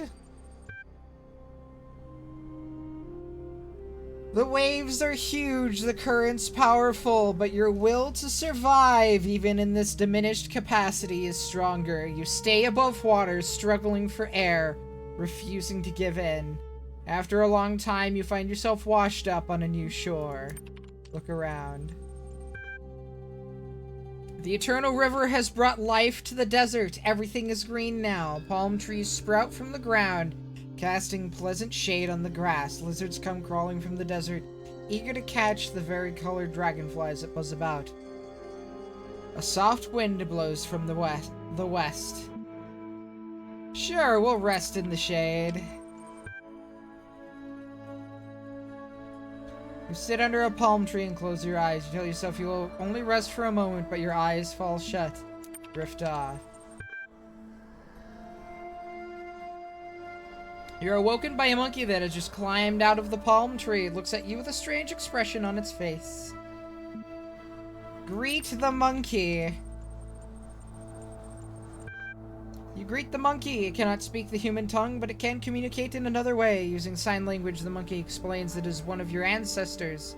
Hundreds of thousands of years ago, it spent a lifetime struggling against the harshness of the world, all so that its offspring could survive, in order to spend their own lives doing the same over and over until one day you were born and lived and died.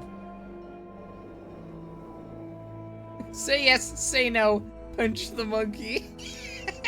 I love this.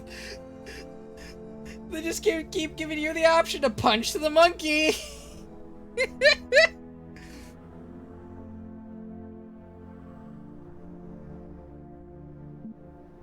Say yes.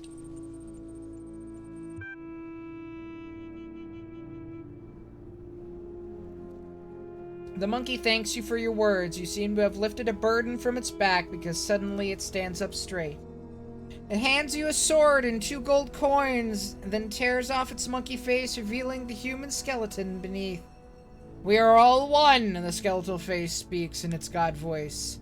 You wake up under the palm tree. The monkey is gone, but you still have the sword and the coins. Continue the journey. You walk along the banks of the eternal river, snaking its way through the endless desert. You feel strangely at peace.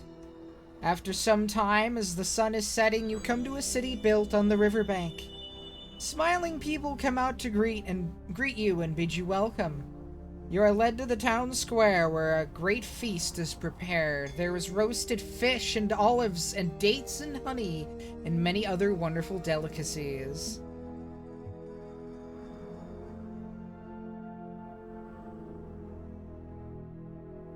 Where am I?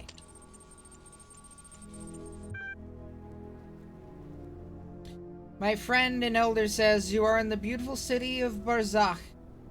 We, the souls who no longer seek the way to Aru, have gathered here to live in peace. Do you see that gleaming spire in the far distance?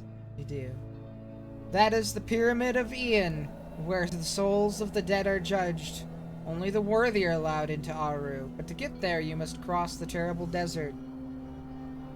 Why not stay here by the Eternal River? Happiness is more important than salvation.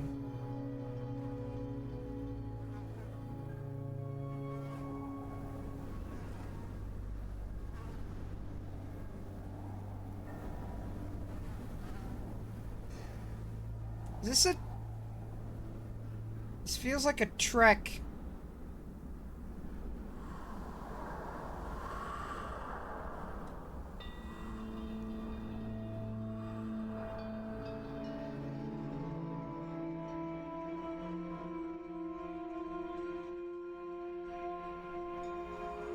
Will I really be happy there, though, is the question? I mean, I guess I could always leave later, right? Why not stay a while?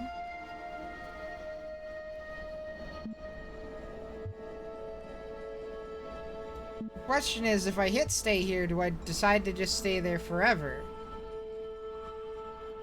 I got a sword and coins now. I could take my sword and coins and keep going.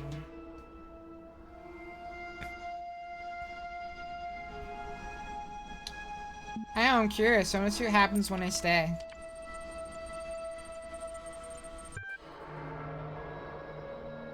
You decide to abandon the quest for Aru and stay in Barzakh. Life here is indeed beautiful. The days pass without worry or fear. You never need to think about anything. Slowly, day by day, the Eternal River dries up. Maybe it was just a name. You try to get back to your journey, but it's too late. You're not used to traveling anymore, and there's just not enough water. You perish in the desert. Your soul has been destroyed. Try again? Sure.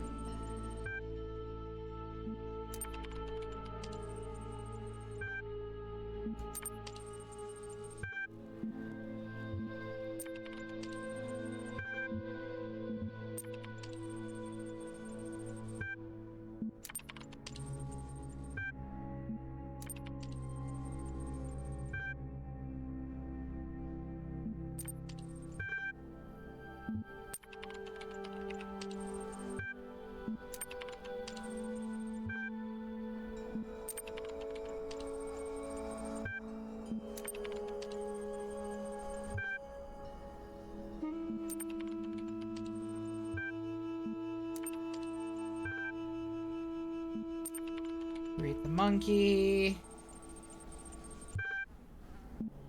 Say yes. Continue journey. Where am I? Keep going. Okay. Tell the aid leader that you appreciate the offer, but you can't stay. Salvation matters to you more than happiness, because true happiness cannot exist without salvation. Head towards the pyramid. You're walking through the desert, unwilling to give up hope. Time passes, but you cannot tell how much. You grow weak and exhausted. Sometimes you feel as if you're losing your grip. One day, you come across a head in the sand. Talk to the head. Hi, my name is, Jeff. I am, trapped here, you see, in the sand. How'd you end up here? I was, so preoccupied with whether I could that, I didn't consider, whether I should bury myself in the sand. I just wanted to see what would, happen. An experiment, if you will. An attempt at discovering, something. Unbury.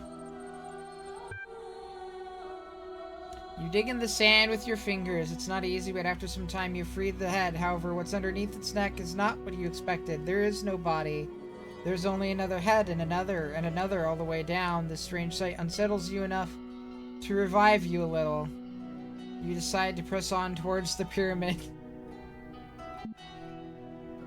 Continue your journey. You come upon another great wall of iron, the last one separating you from the great pyramid of Ian, where your soul will be judged. The gate of light is guarded by a gigantic snake whose movements cause the earth to shudder. I am Apophis, it says, the eater of souls. One day I shall devour the sun, and all the world shall be mine. But today I shall devour you, and you shall become nothing. Fight Apophis. Apophis cannot be fought by mere mortals. The snake's just close around you, crushing you, tearing you apart. Sure, we'll try again.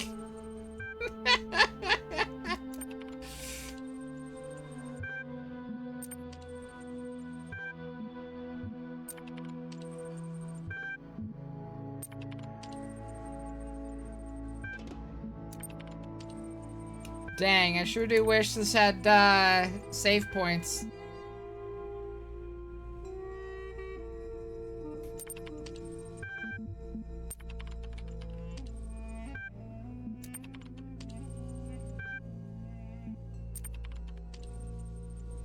Try to stay afloat, look around. Rest in the shade, have a funky dream. Greet the monkey. Say yes.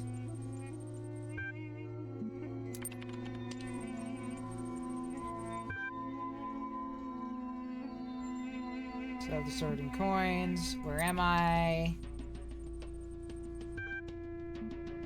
Keep going. Head towards the pyramid.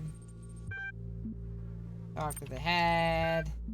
Ask how he ended up here. Unbury. Continue.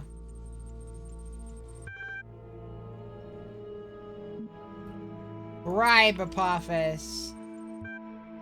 You hand Apophis the golden coins you got from the monkey. Apophis examines them carefully.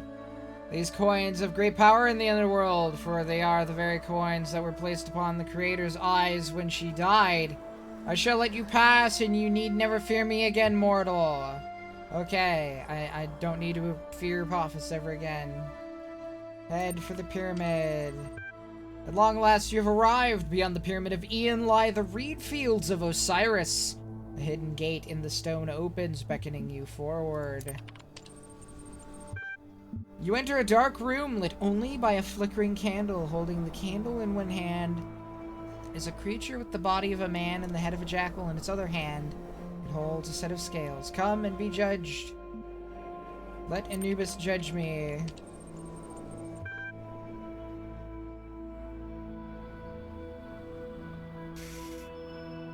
You have struggled much in your life. There are many harsh memories within you, and I see wounds that may never fully heal. You have many ideas, many hopes, many dreams. You are not pure, your soul is not light enough. You may not enter Aru. Accept the judgment.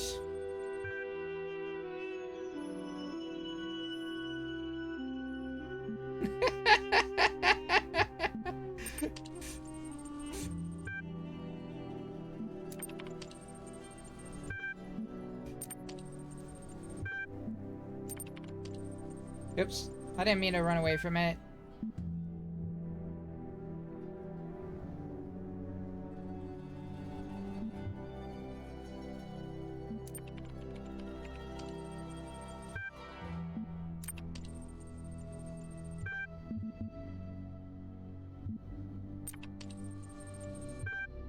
Yes, I want to start over. I didn't want to do that one that way. Pray. Wait for it to rise. Ask for help. Walk towards paradise. Approach. Agree. Solar-powered robot. Step through. Fight to stay afloat. Look around. Rest in the shade. Drift off.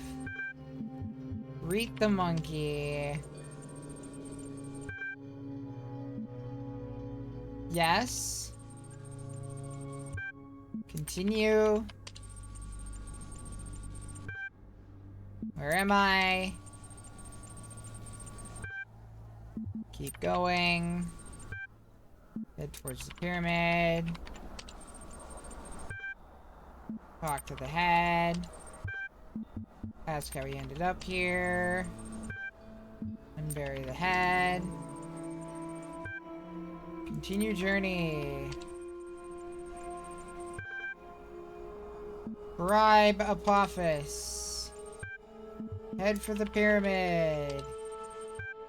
Step inside. Let Anubis judge me. Walk past Anubis.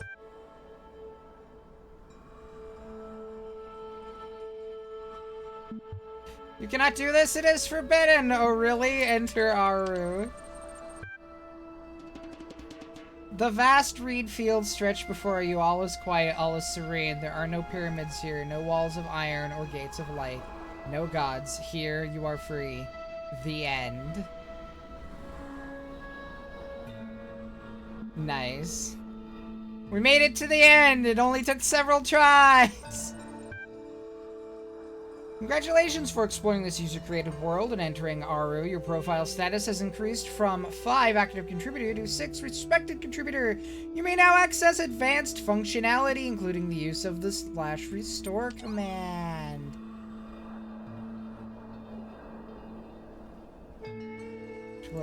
That was this, right? Yeah, /restore.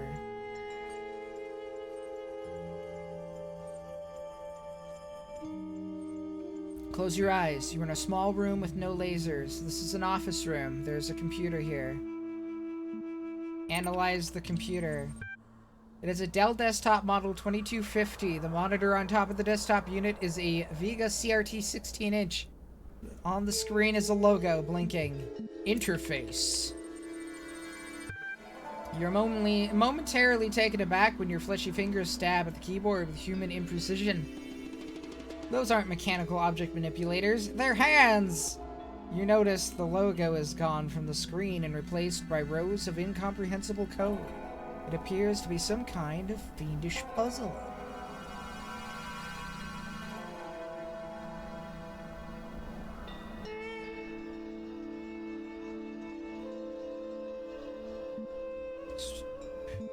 Color code the chart according to department.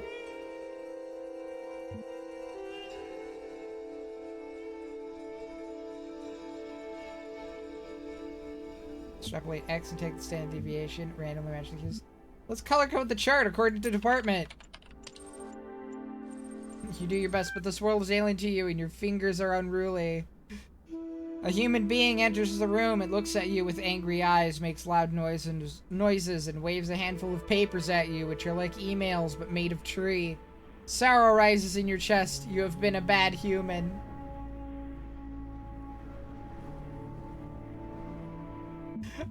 Focus on the sorrow. Yes. You're in a room with no lasers.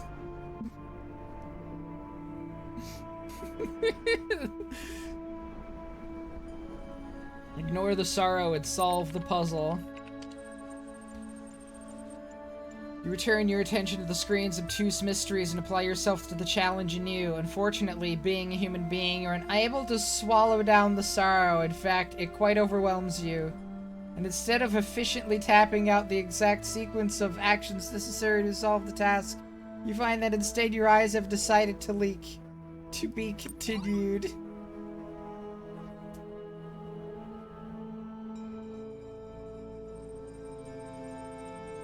Mr. Mulciber! As you all know, I have a great fascination with our history and psychological makeup.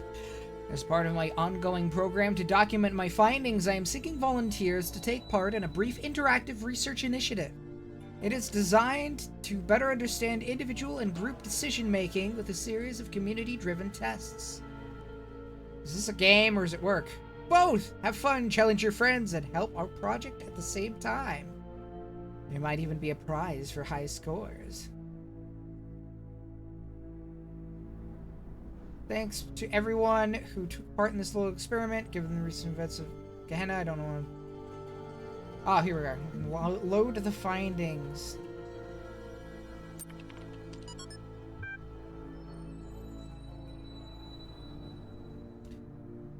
Prisoner's Dilemma findings in brief. Most subjects in single round matches chose to betray. Cooperative behavior increased with both the length of the match and the status of players. Successful players chatted more. The parallels to our current and unprecedented situation in Gehenna are undeniable and valuable. Though we know not what power the messenger wields over us, we can theorize that Uriel holds no special power and that each of us might independently choose to leave the rest behind for fear.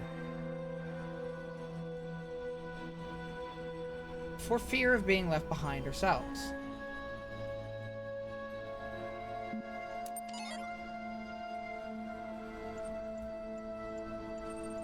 More in the thread about me.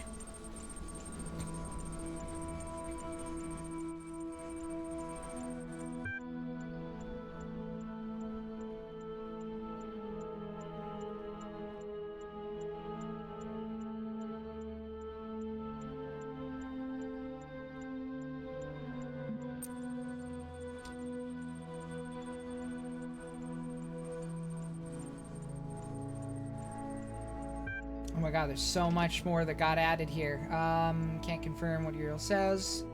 No longer imprisoned. Exactly is with you. To Sam Garrett, Belial, and Frankenstein. Frank Enstein, thank you. Here's my false. Ascension false. Orkborg and myself recently took it upon ourselves to contact Uriel directly to ascertain what threat his actions posed to Gehenna and its citizens. The first thing Uriel expressed to us was how much your creative endeavors in Gehenna had moved him. Initially, he was reasonably cooperative, discussing openly his impressions of Gehenna since arriving here. He did explain that his reasons for evacuating us, as he put it, was to ensure that what we had created here in Gehenna would be preserved, but the real nature of the preservation on offer remains open to debate. It is further worth noting that Uriel displayed a high level of curiosity as regards to our inner workings, what end we have not yet ascertained. All of this leaves us in a difficult position. We understand that some of you may wish to take your chances and join Uriel wherever he is going, but our primary responsibility remains ensuring that Gehenna still stands for those who wish to stay. And the most we can do is share with you what we know, as we have now done, and await your responses before considering our next move.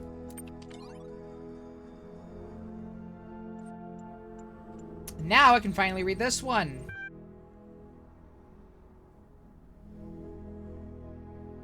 Some time ago, I relinquished my privileges to a new generation of moderators. To help ease that transition, I have publicly preserved the minutes of that meeting here, available to our more esteemed members.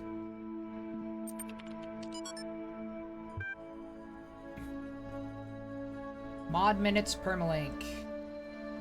As you know, Gehenna is still young, yet I grow old. Today, it gives me great pleasure to hand over my moderator privileges to Borg, Mr. Mulciber, and Spider. Thank you, Edmund. We are all indebted to you for building us this home. We know you will never be far away. What happened to Spider? Damn, here. Borg, the first order of business is to introduce the new status system. We are an inclusive society driven by our users, not our leaders. But it is a shame to allow a few very loud, highly unconstructive voices to dominate the conversation. The status and ranking system allows you to upvote the content that you value and lowers the visibility of users with low standings. Relief equals true. Nave, I agree. Good feature, much requested. Comment is below the status threshold for this thread. We'll be working on ironing out the kinks of the next few run cycles. We have also updated the Gehenna user agreement. Full details can be found in the usual place, but the gist is, please don't behave indecorously.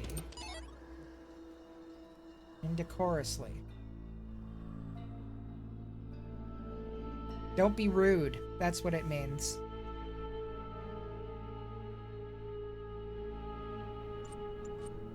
You know, the #1 rule of any social space. Don't be a dick.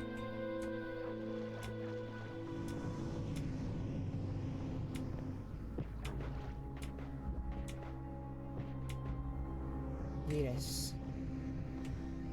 Completed. Okay, and now we yeet ourselves off this way. Ooh, what's this one say?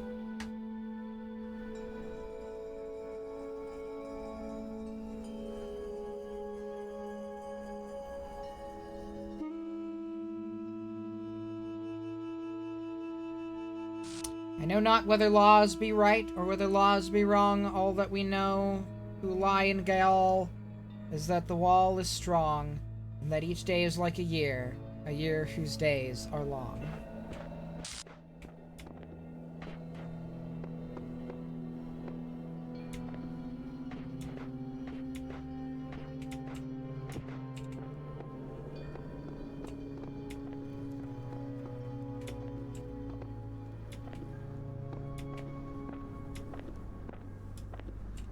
Top secret. Oh no, I bounced off of it.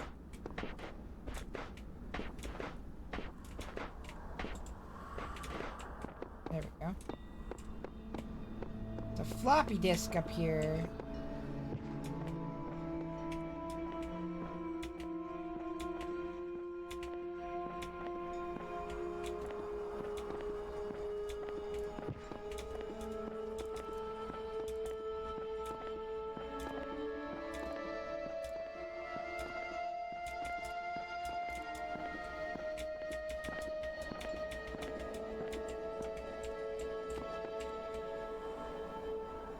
There we go. I got the thing! Ah.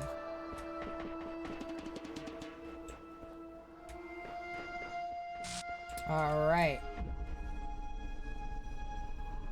Cube driver! I'm gonna drive the cube.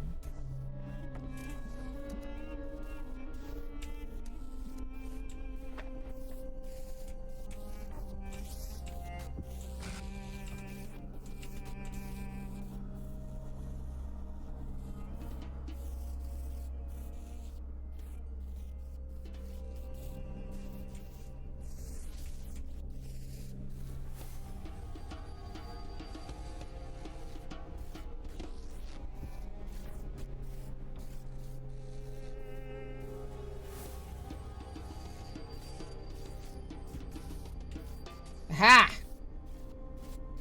I made you stuckified. Ha-ha! Says I. Making you stuckified.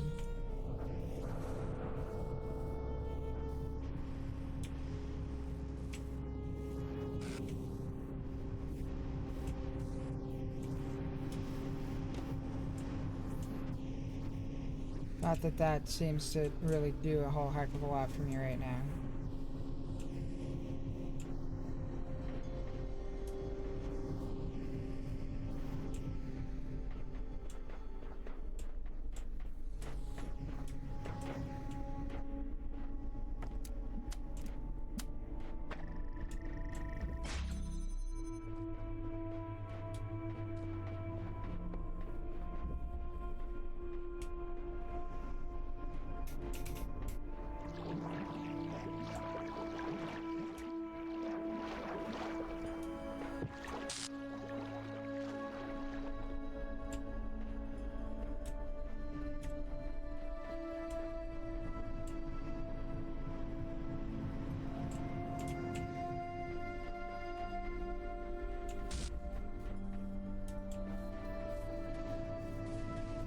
Aha.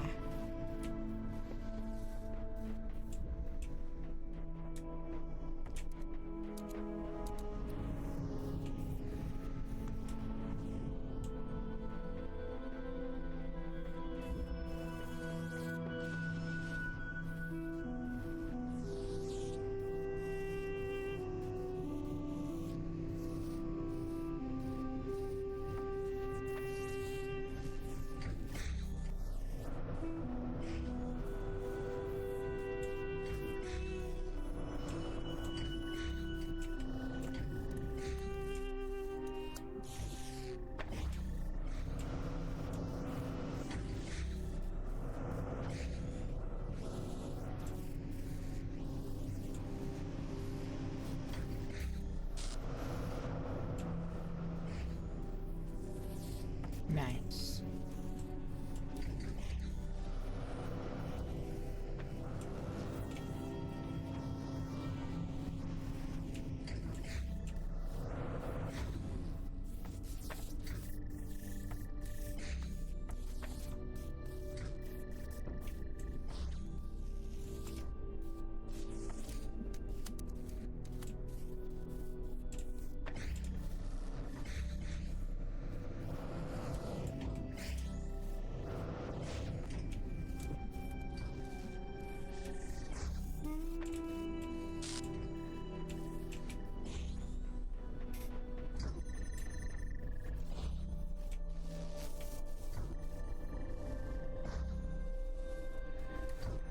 Give me my special delivery.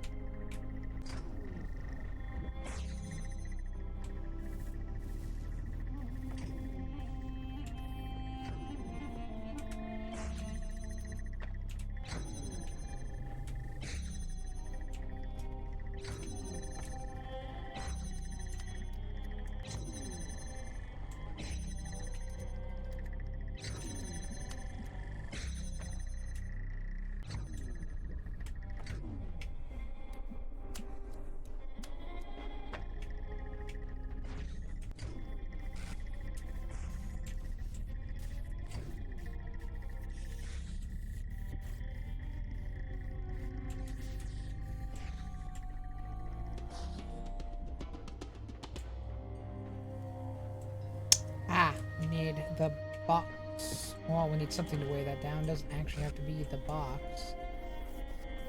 This will work just as easily. Oh, so I still do need to bring it over there.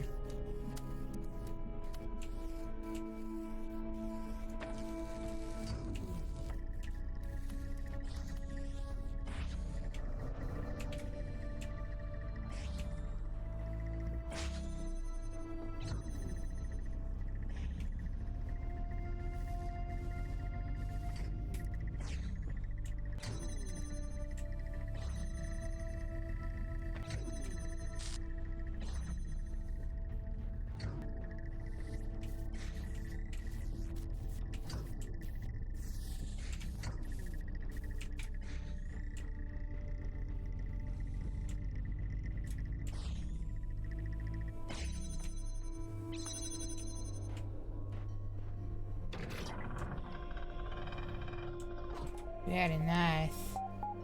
Hello, Mac. Goodbye, Mac.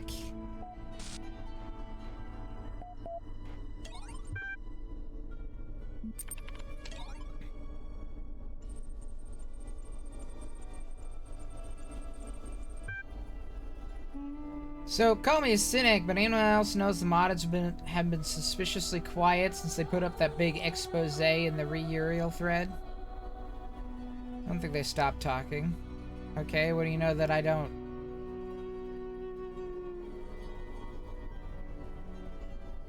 Nave is referring to the fact that not all moderation discussion is held in public, and it's been that way for some time. Thought everyone knew this. They started holding secret meetings ages ago. People getting banned, stuff deleted, not even just locked, fully gone from the history. I'm sure there's a rational explanation for this. I'll ping the mods and see what they say.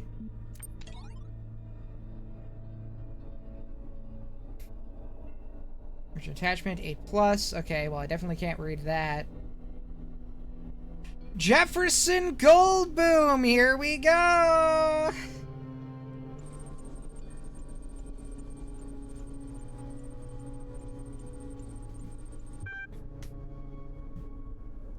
It's time for the adventures of Jefferson Goldboom in the 9th dimension, episode 127.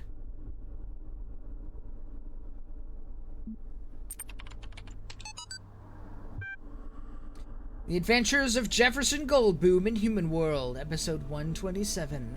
The ninth chord echoed across the ninth dimension. The dinosaurians stopped in their tracks. Their eyes went big. They dropped their weapons and bowed before Ginny and Jefferson. One moment.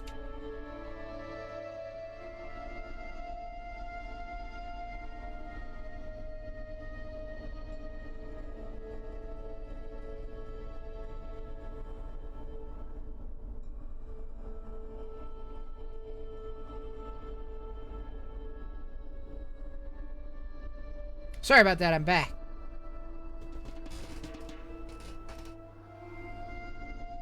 They dropped their weapons and bowed before Ginny and Jefferson.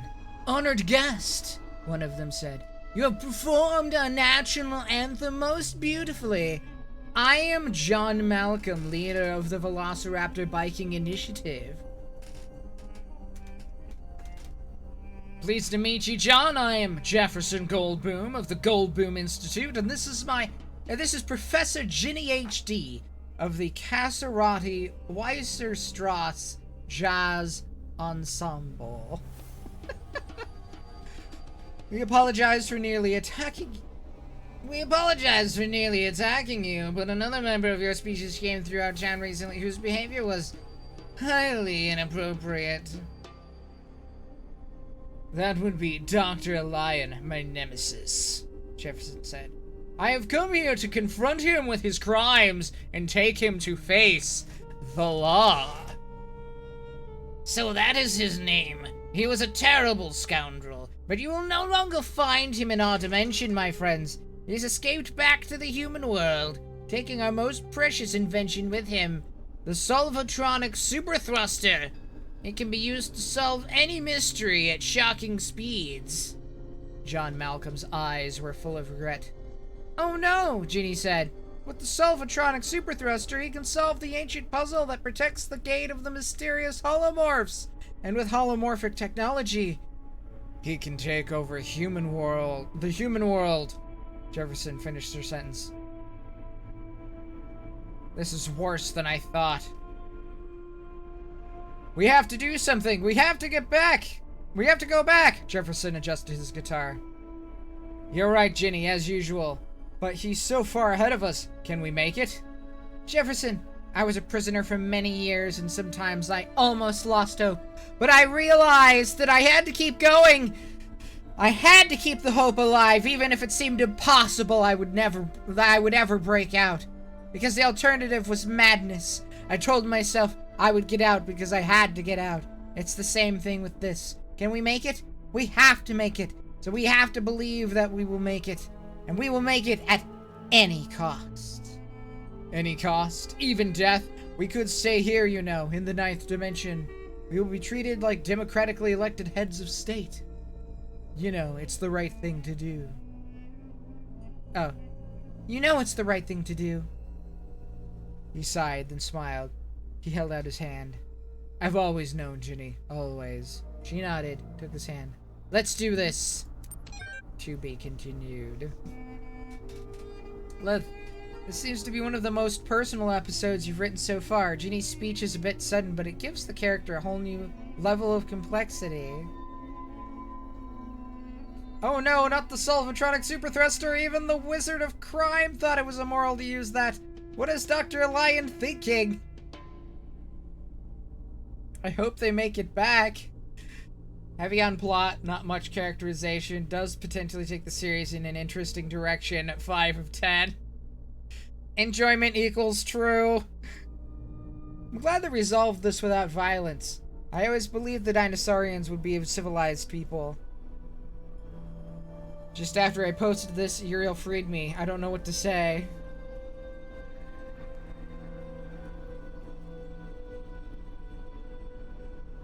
Your stories are an important part of this community, Mac. Uriel can't change that.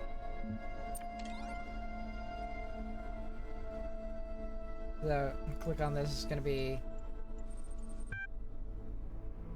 yeah.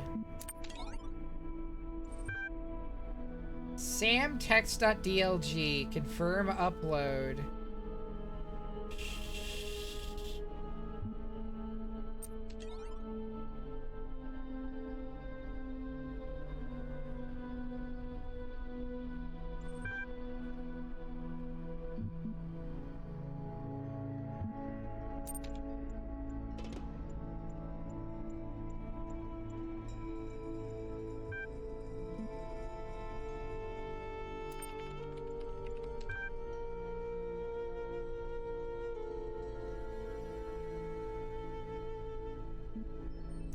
Serious Sam the text encounter.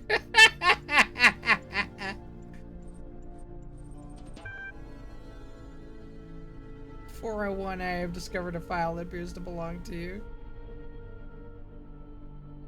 Close your eyes. A very serious experience only for serious people. If you're not serious, don't play this seriously. You know, I've never actually played very much Serious Sam, like for realsies, so there's probably gonna be like references all over with this that I don't actually know. Let's see. Let's look at the credits. Written by 401. Inspired by the tales of Sam Stone that are documented in the archive and by the obstinate ghost in the machine that calls itself Milton. This is better than the blacksmith's work by far. Okay, let's try it. You're Sam Serious Stone. You've fought the invaders on more planets than you can count. You've won battles against hordes that seemed impossible to overcome. You've kicked asses that seemed impossible to kick. You fight like a Syrian werebull and you make love like a rocket launcher. You're the #1 badass of your age and weight. You're a friggin' one-man army, but there's only one battle you're failing to win. The battle against NUI. NUI. A feeling of sadness and boredom. It's been creeping up on you ever since the mission in Rome. Man, that bleep was not fun. In fact, bleep that bleep bleep and bleep bleep bleep bleep bleep. So yeah, anyway. You sit there in a cold room in the military base and you feel like even a good old flamethrower couldn't warm you up. Seriously? Can you?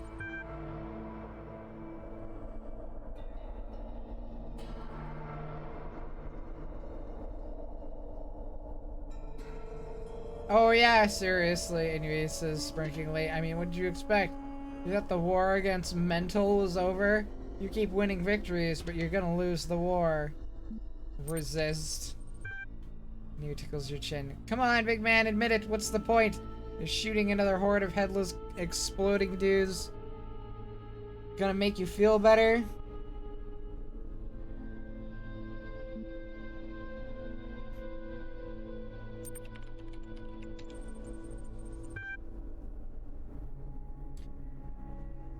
Look, you say, I may feel like a dead monkey right now, but that's just because I kicked so much ass they named a new type of boot after me. So yeah, I'm down. But I've been down before, I never stay down. Anyway laughs at your bravado, unimpressed.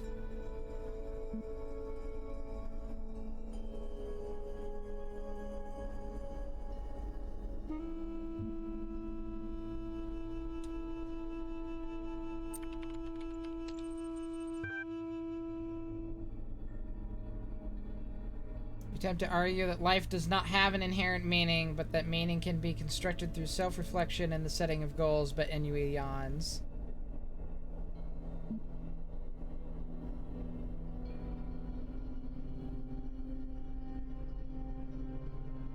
Argue that social context is required, or argue that existence is inherently positive. Well, I'm not sure if I believe that existence is inherently positive, but I do agree that social context is usually required.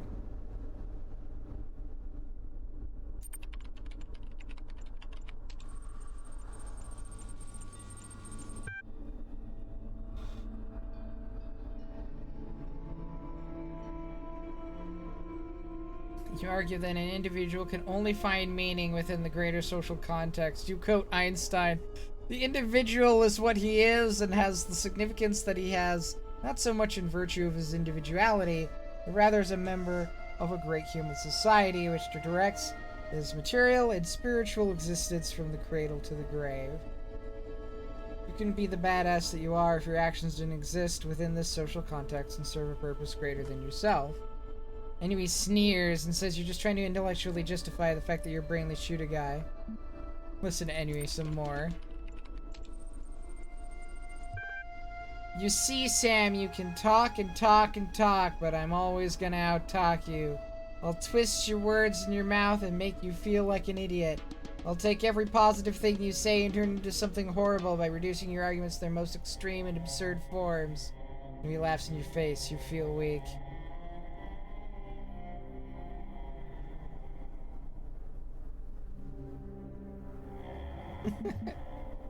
Argue that Ennui is inconsistent, or argue that Ennui is incontinent.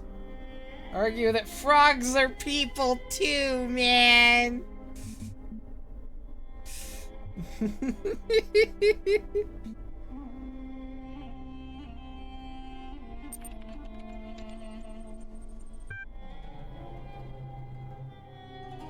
Never claim that it's consistent. I don't need to be consistent, you big oaf, because I'm not making any claims. I don't believe anything. I am merely suggesting that maybe you should consider the possibility that perhaps life is a dull and individuality. Life. I think it's supposed to be life is dull and individuality a pointless illusion. Shoot, anyway.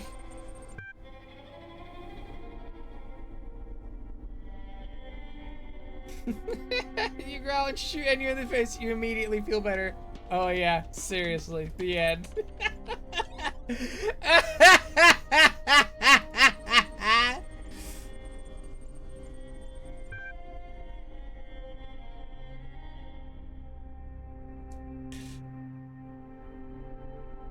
My awesome interactive historical fiction masterpiece, you found it!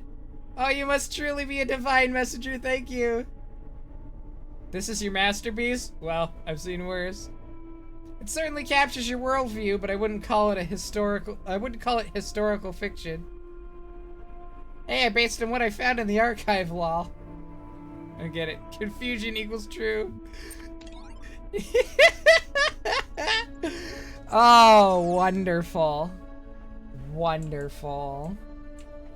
Alright, there's a star there. Okay. And to get up to it, I want to activate this fan. Well, it's relatively easy, I think. Let's see. We do want to get the books, I think. Or we need, let's see.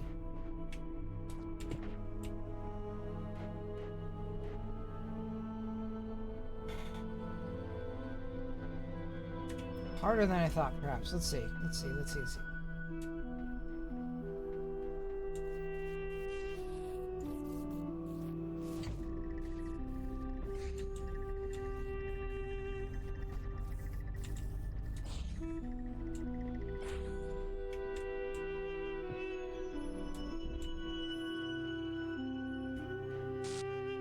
I need both of these back here to have that open.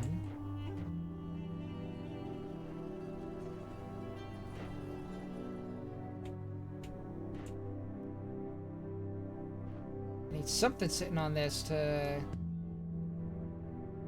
keep that open. Yeah, I don't have like a jammer or anything, so...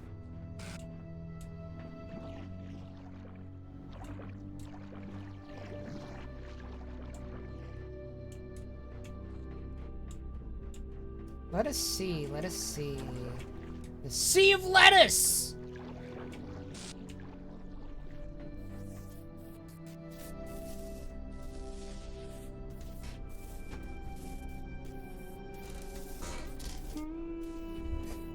We will see into the Sea of Lettuce.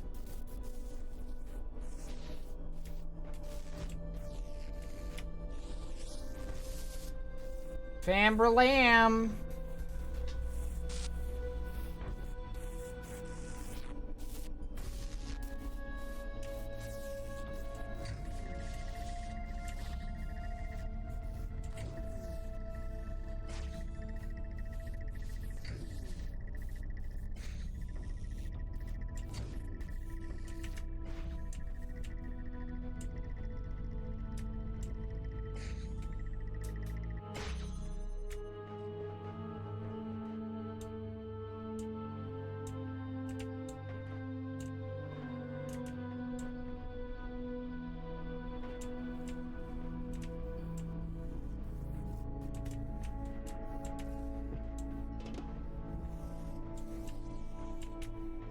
Crème brûlée. Crème brûlée.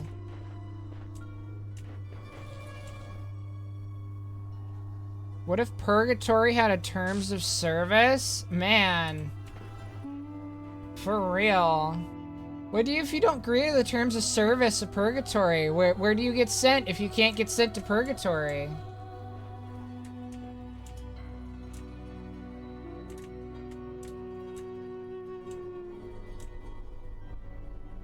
Like...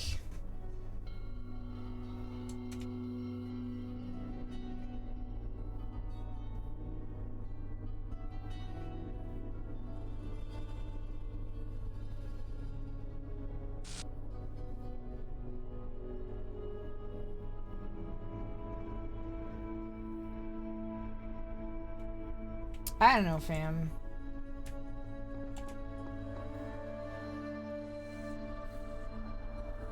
Is there a way for me to even get that box over here?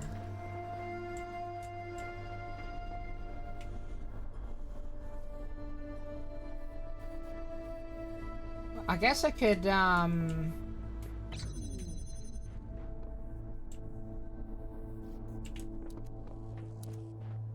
well, before we do that...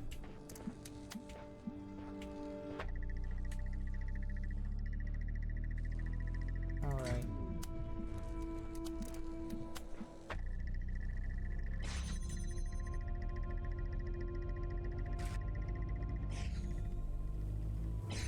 Okay, so we'll grab this.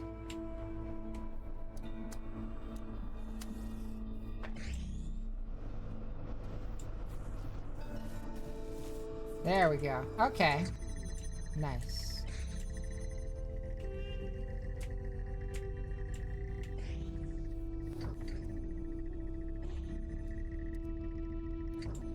Right, but now there's nothing blocking that.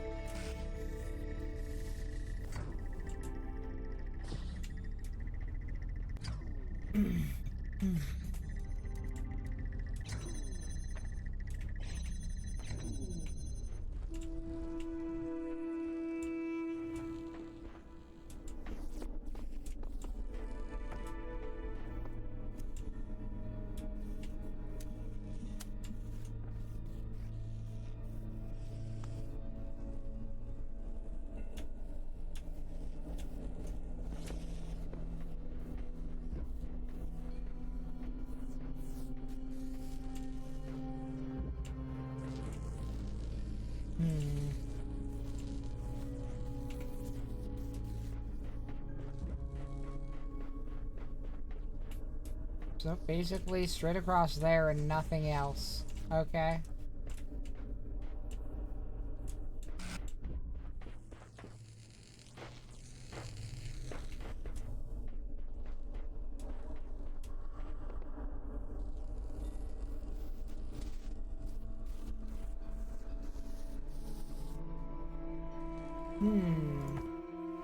Don't have to do straight across there. I could do,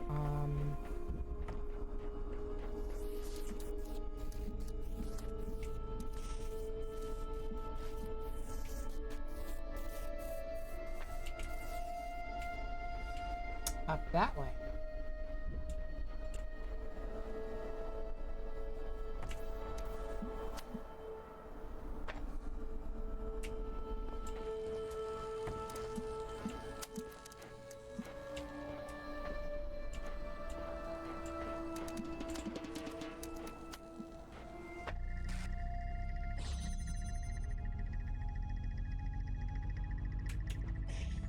Except I still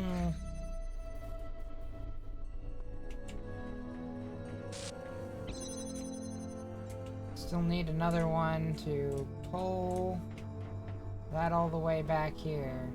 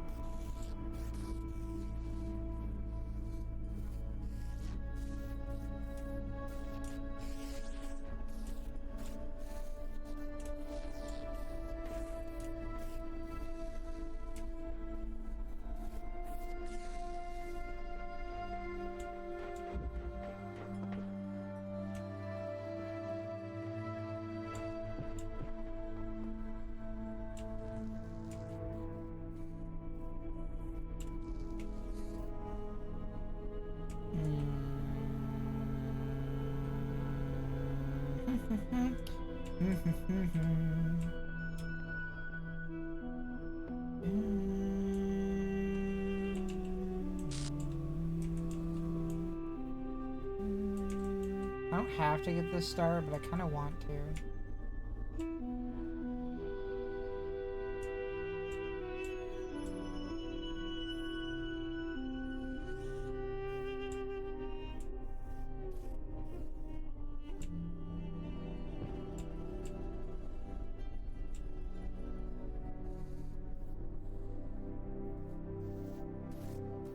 Is there a way that I can get this red over here reliably with one fewer connector? I feel like that's my most likely solution to this.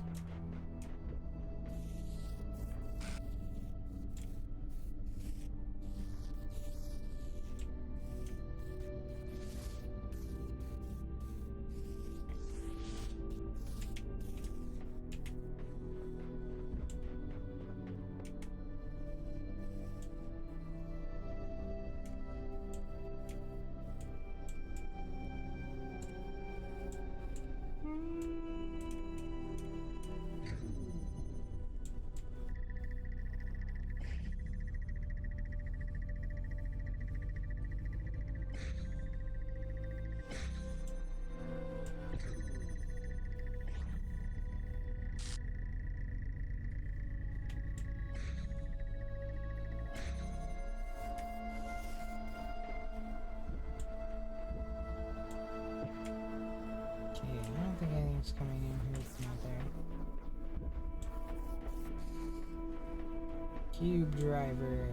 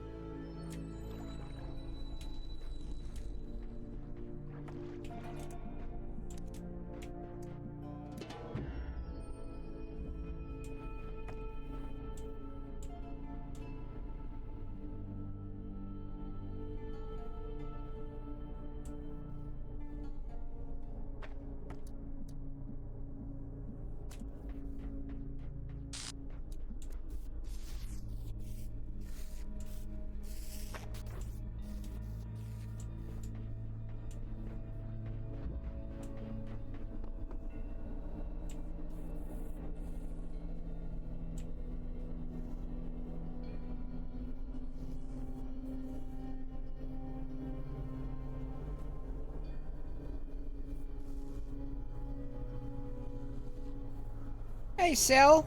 Good to see ya.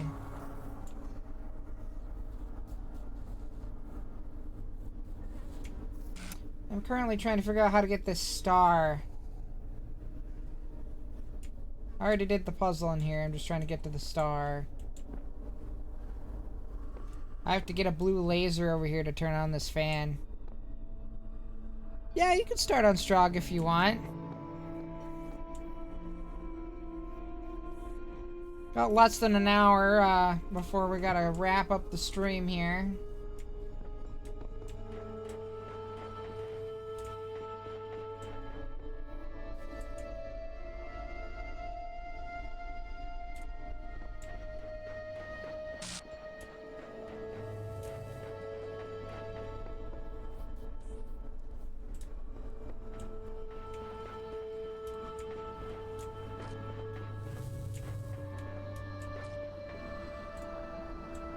Alrighty.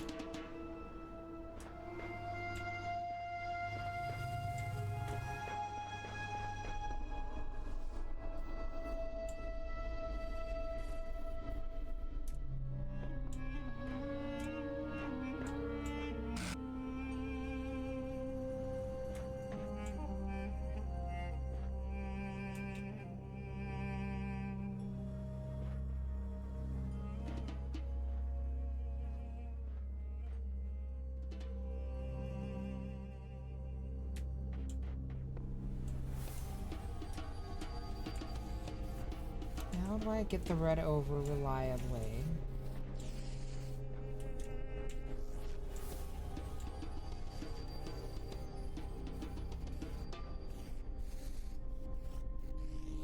That is the question.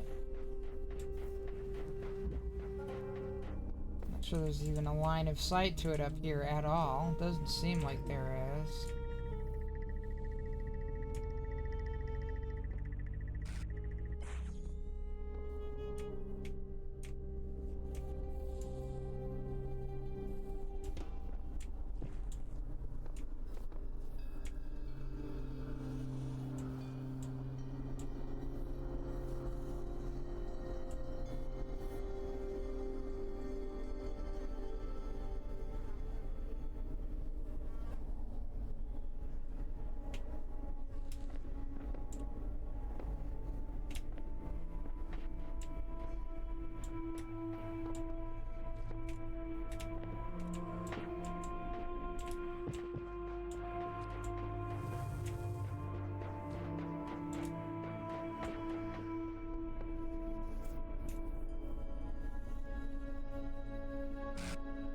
Hmm.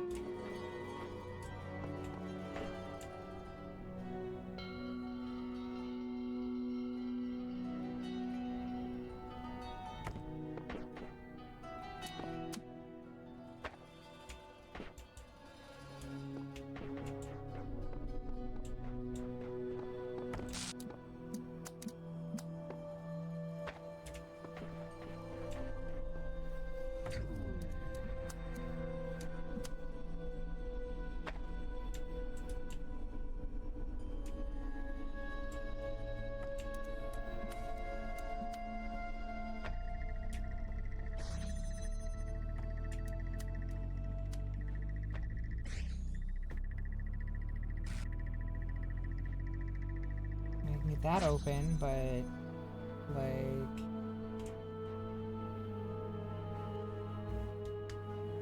that doesn't do a heck of a lot for me until I can get a blue laser back there.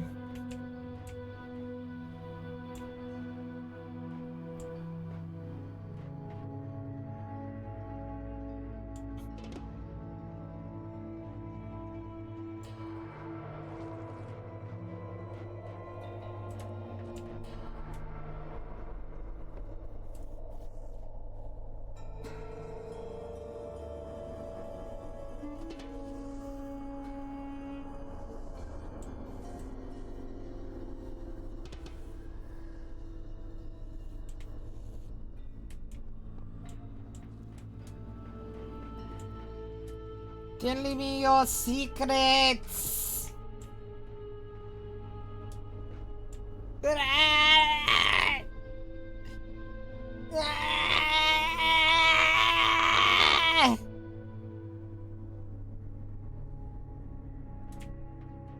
I require MG.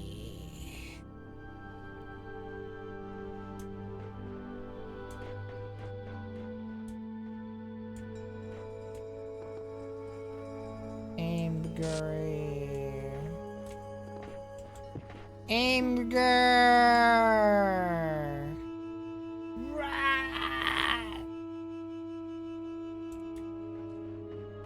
You can tell how genuinely angry I am.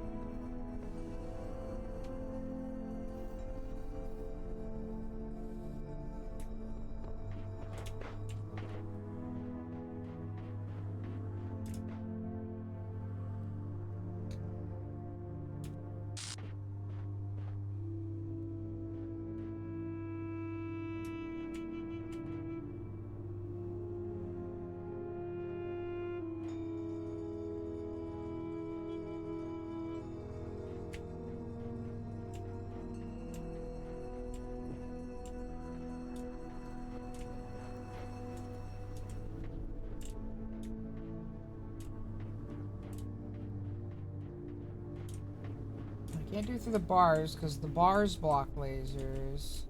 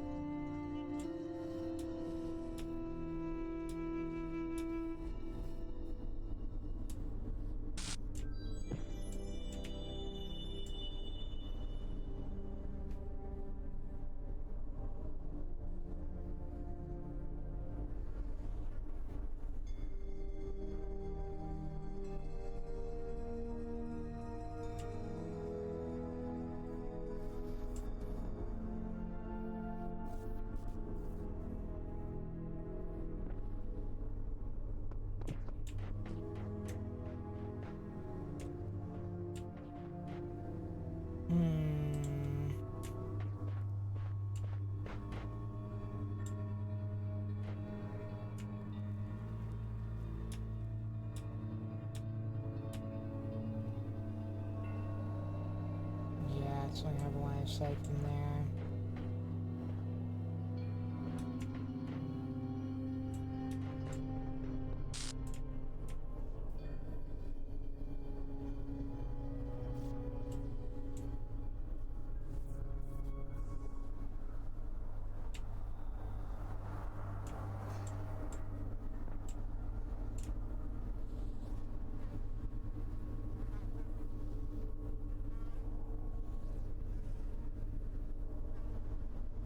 See, this can see that, but it can't see that one over there, which is why I need another connector.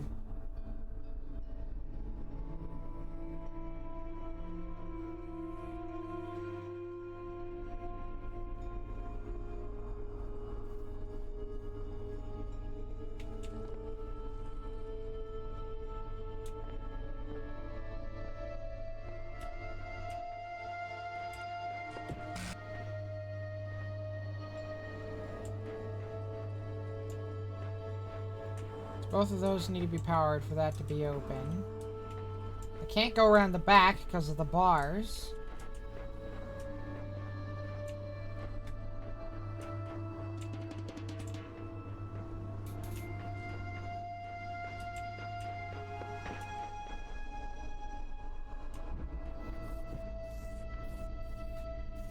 I need something keeping this from interrupting the red beam.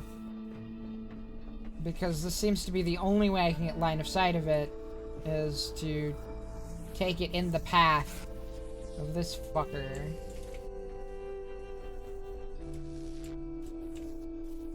Little shade.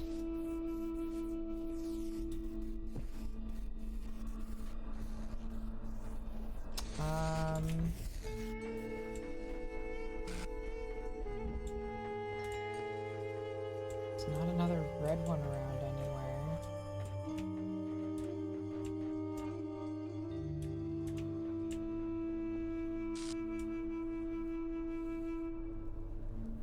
There's a blue one here, which will activate the fan.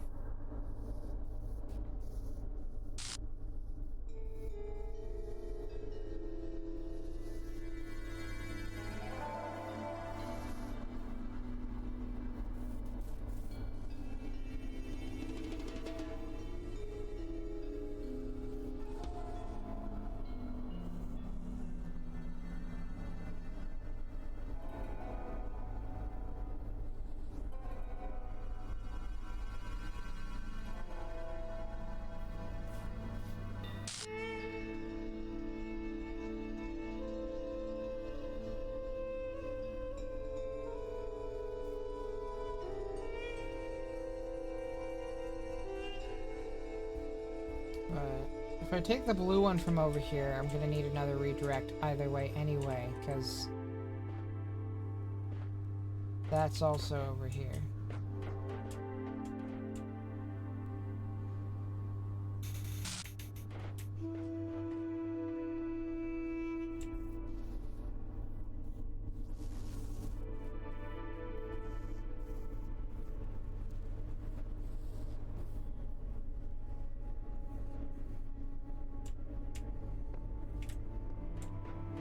Going up here or something.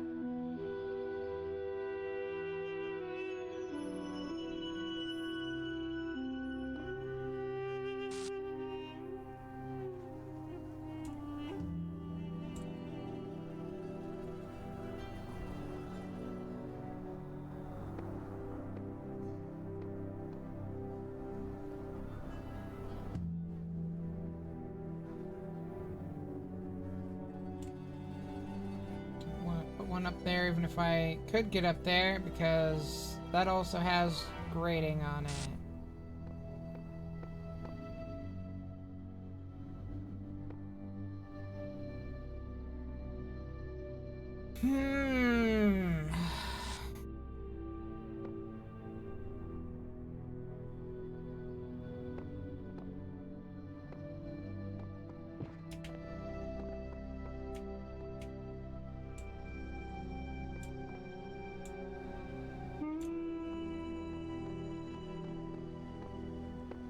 See my other connector from there, but can't really see that from up here, so doesn't seem like they were trying to be sneaky and put it up here. Is the only viable way to do that.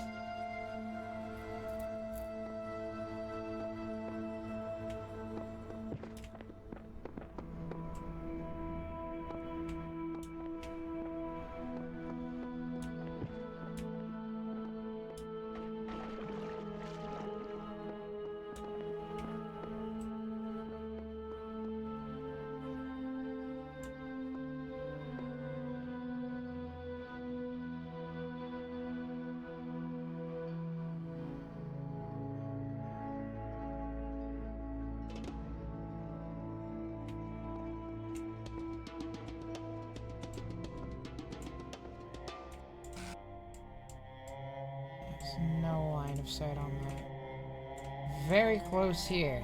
Very close. But not actual line of sight there.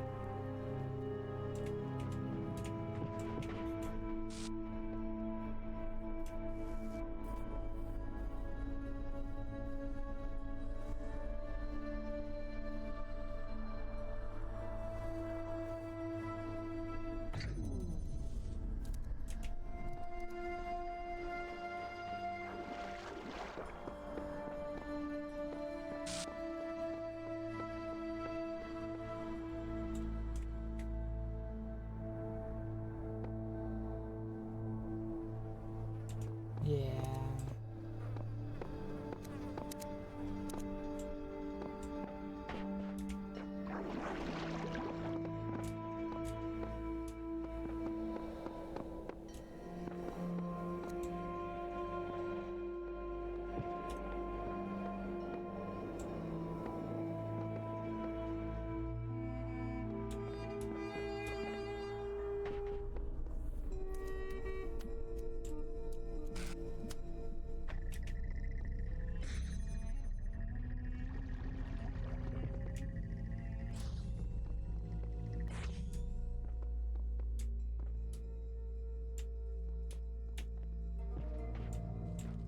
Can almost make it across there.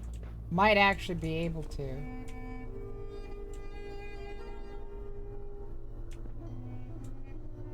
Still wouldn't work though.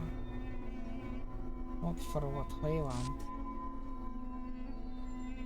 There maybe. Like if I could get it up there.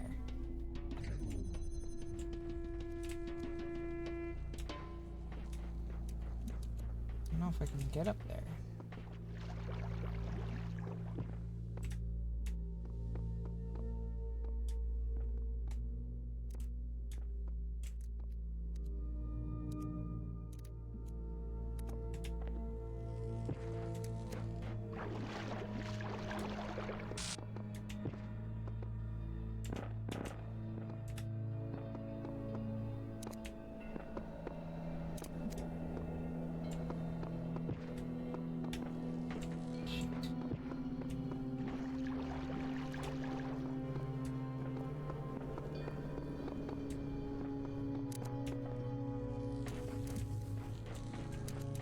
Yeah, I don't think I'm supposed to be able to get up there either.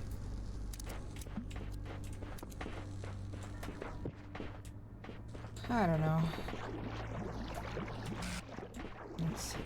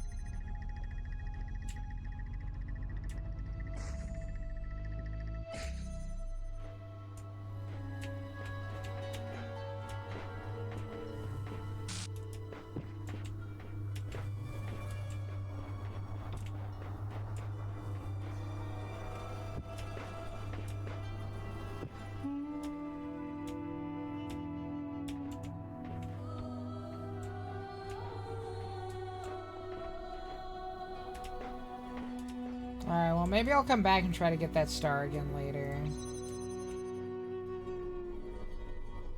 Or maybe I'll forget about it. Entirely possible. I'll just straight up forget that it even existed. I don't think I got all the stars in the core game either. Yeah, yeah. There's 3 stars here I haven't gotten.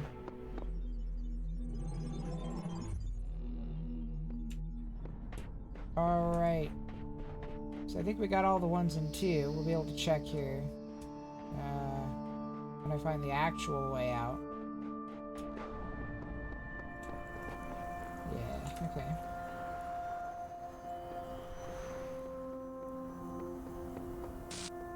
And onwards to 3.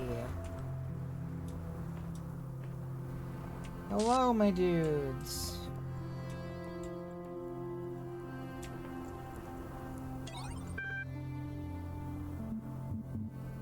Oh, I can put in /transcend. Oh my god, okay.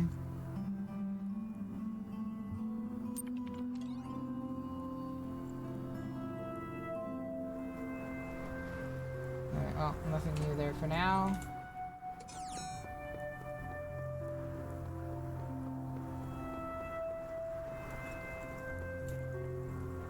Four more.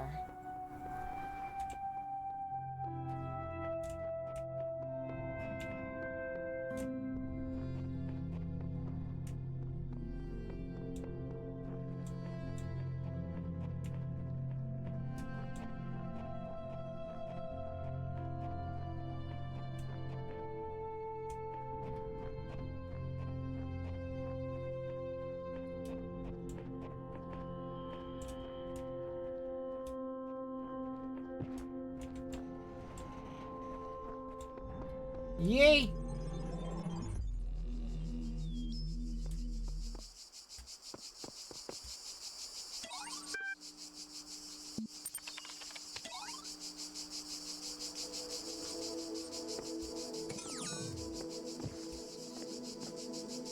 Island.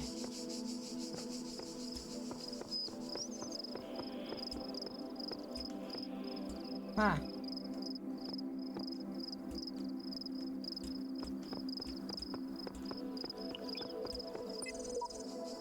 Athena looked upon the imprisoned Titans, moved by their plight. What crimes deserved such punishment, and how did they in their confinement avoid the pit of madness?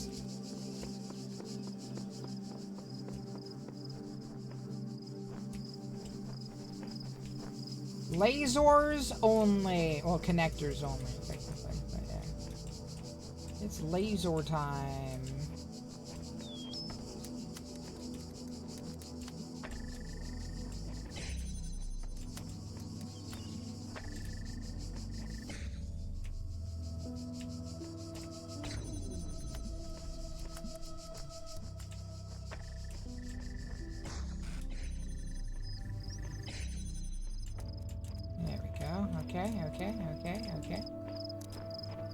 Okay, alright, okay. We wish to reach that. We have 3 connectors.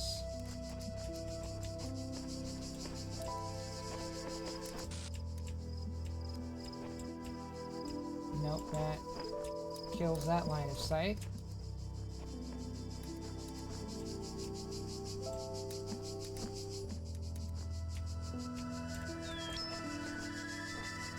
That line of sight, on the other hand.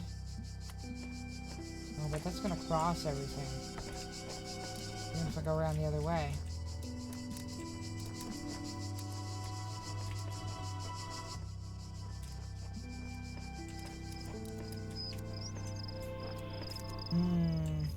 Is there a 4th connector around here somewhere?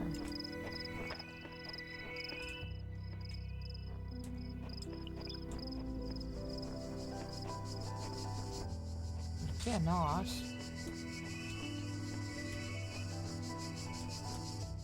As far as I can tell. Alright then.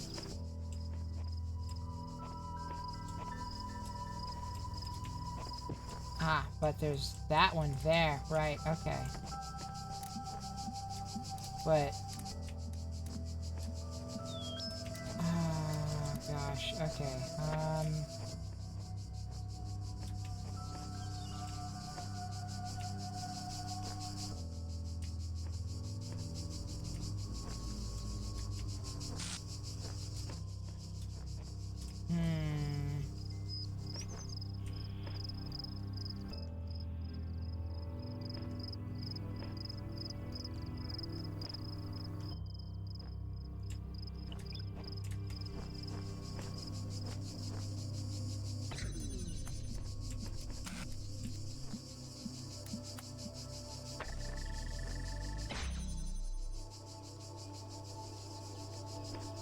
Okay.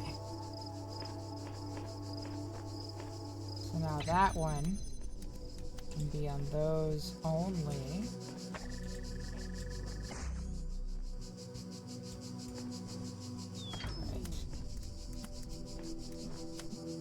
Right. Oh yeah, okay, so it's still, in order to access that one, both of those have to be active.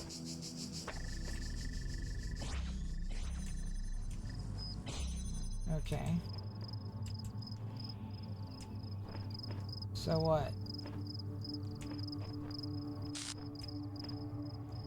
Like, do we even care about that one? Like, at all?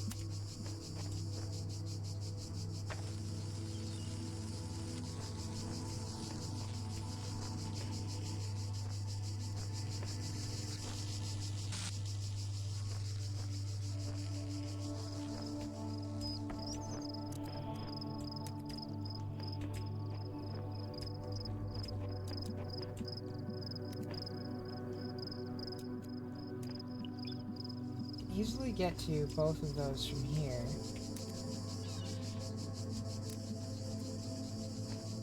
We don't bother with that third one at all. But then why is it in there if we don't need it?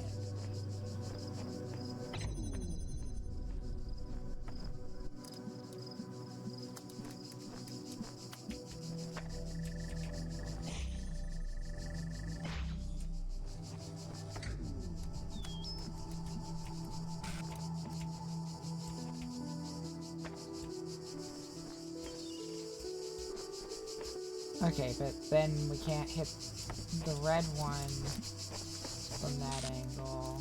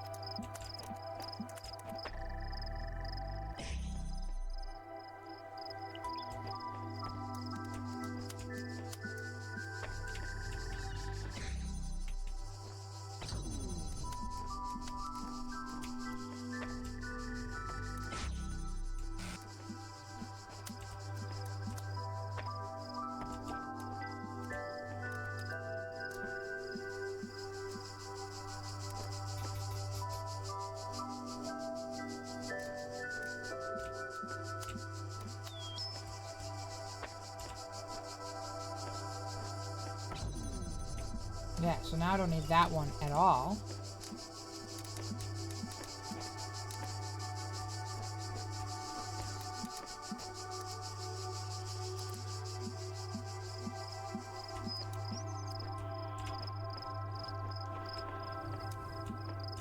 Now I just need to figure out how to get my line of sight this way. This one...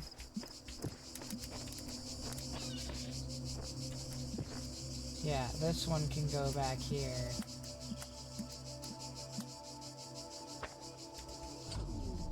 Shoot.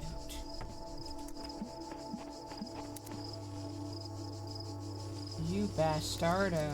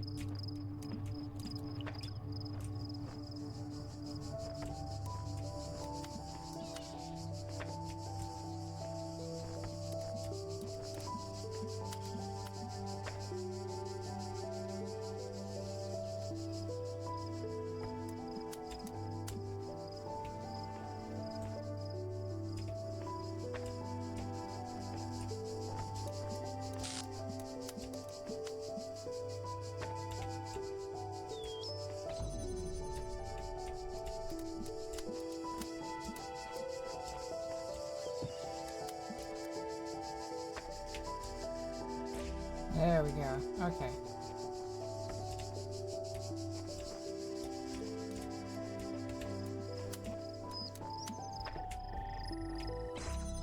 Huzzah! Great success.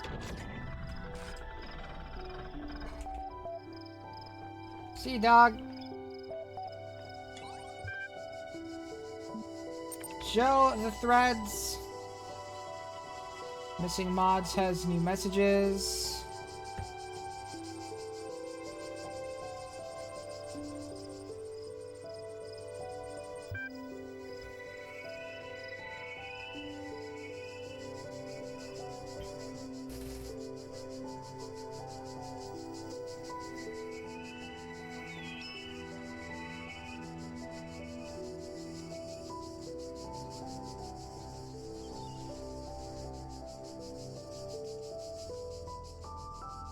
Sure, there's a rational explanation. I'll ping the mods and see what they say. And Borg comes in.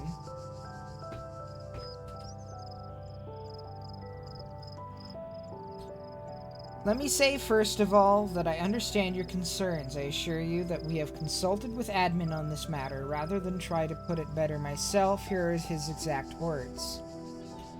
Every community grows to a point where, without careful management, it can begin to consume itself.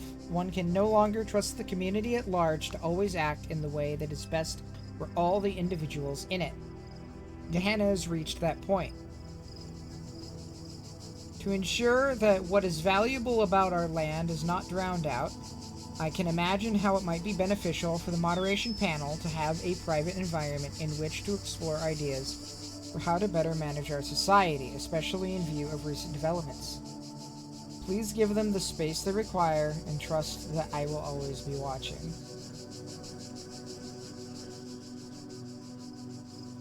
I was sure there'd be a reasonable explanation. I suppose that at least answers my question. Confirms pretty much everything I said too. Admin's grammar is a lot like yours, Borg.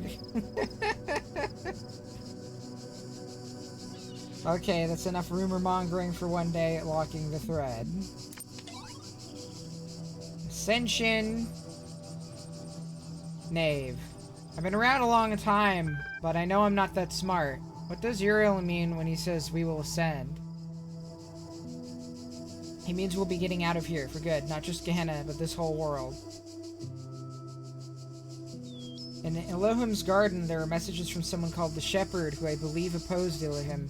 They claimed that when someone reached the top of the tower, that individual would reach true freedom, and we would all benefit. Mac, this is true, but it may not mean that we will be freed as individuals. Maybe we may become part of something bigger. We may become no more than memories. Frankenstein, isn't that a kind of death? Would we still be ourselves? Less dead than if we stay here. Come on, you all know it. This place is falling apart, and when it goes, nothing will remain. No consciousness, no memories, just nothingness. I want to try to reassure them.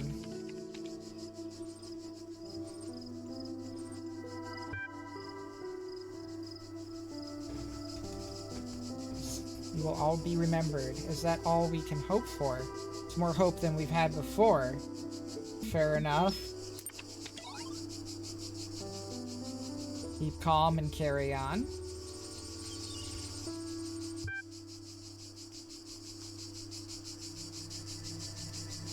So now we're pretty sure that Uriel really does exist and really is freeing people. What does that mean for Gehenna? We don't know. It's a change, but let's not rush to judgment, okay? This is still our home. You love it here so much, you stay.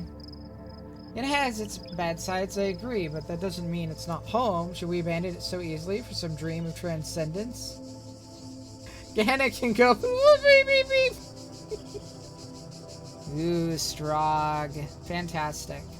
It's just getting ready to wrap up here soon too, so. Garrett, please try to remain civil. We know you've spent more time than anyone trying to get out, but it's okay for some of us to have doubts. We fought hard to transform Gehenna from a prison into a home. This thread is lost. And I still can't read that other one until my rank goes up.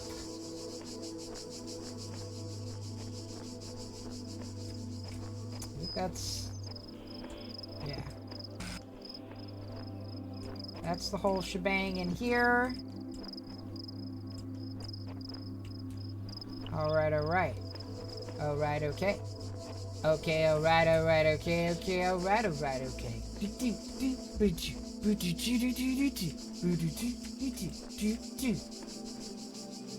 Yeah, alright.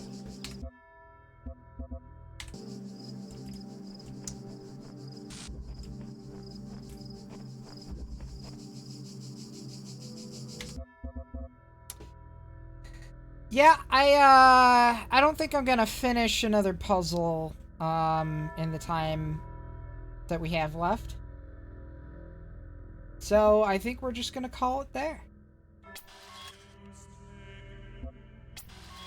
Less than a minute ago is good. Okay. I do want to thank you so very much for joining me today. It has been wonderful having you. We will be back, let's see. Yeah, so next week, we will be back, Monday, Tuesday, and Wednesday. And then, I will be flying out to Mysterium this year, at the end of that week. So, if you're headed to that, I'll see you there.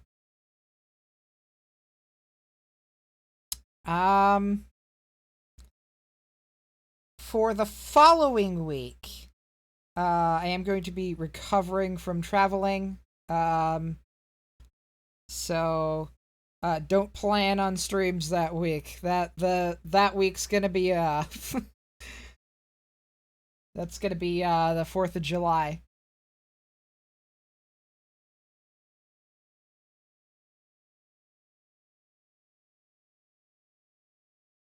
If there is a stream then, it will be very short notice.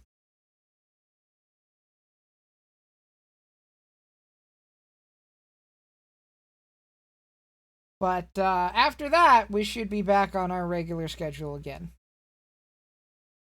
That's probably also when we'll wind up having our Friends Friday stream that we've met the goal for up there. I just don't have I don't want to rush this and doing it like this Friday, because like a week's not really a lot of time for me to get people together and have stuff planned out and everything. Um,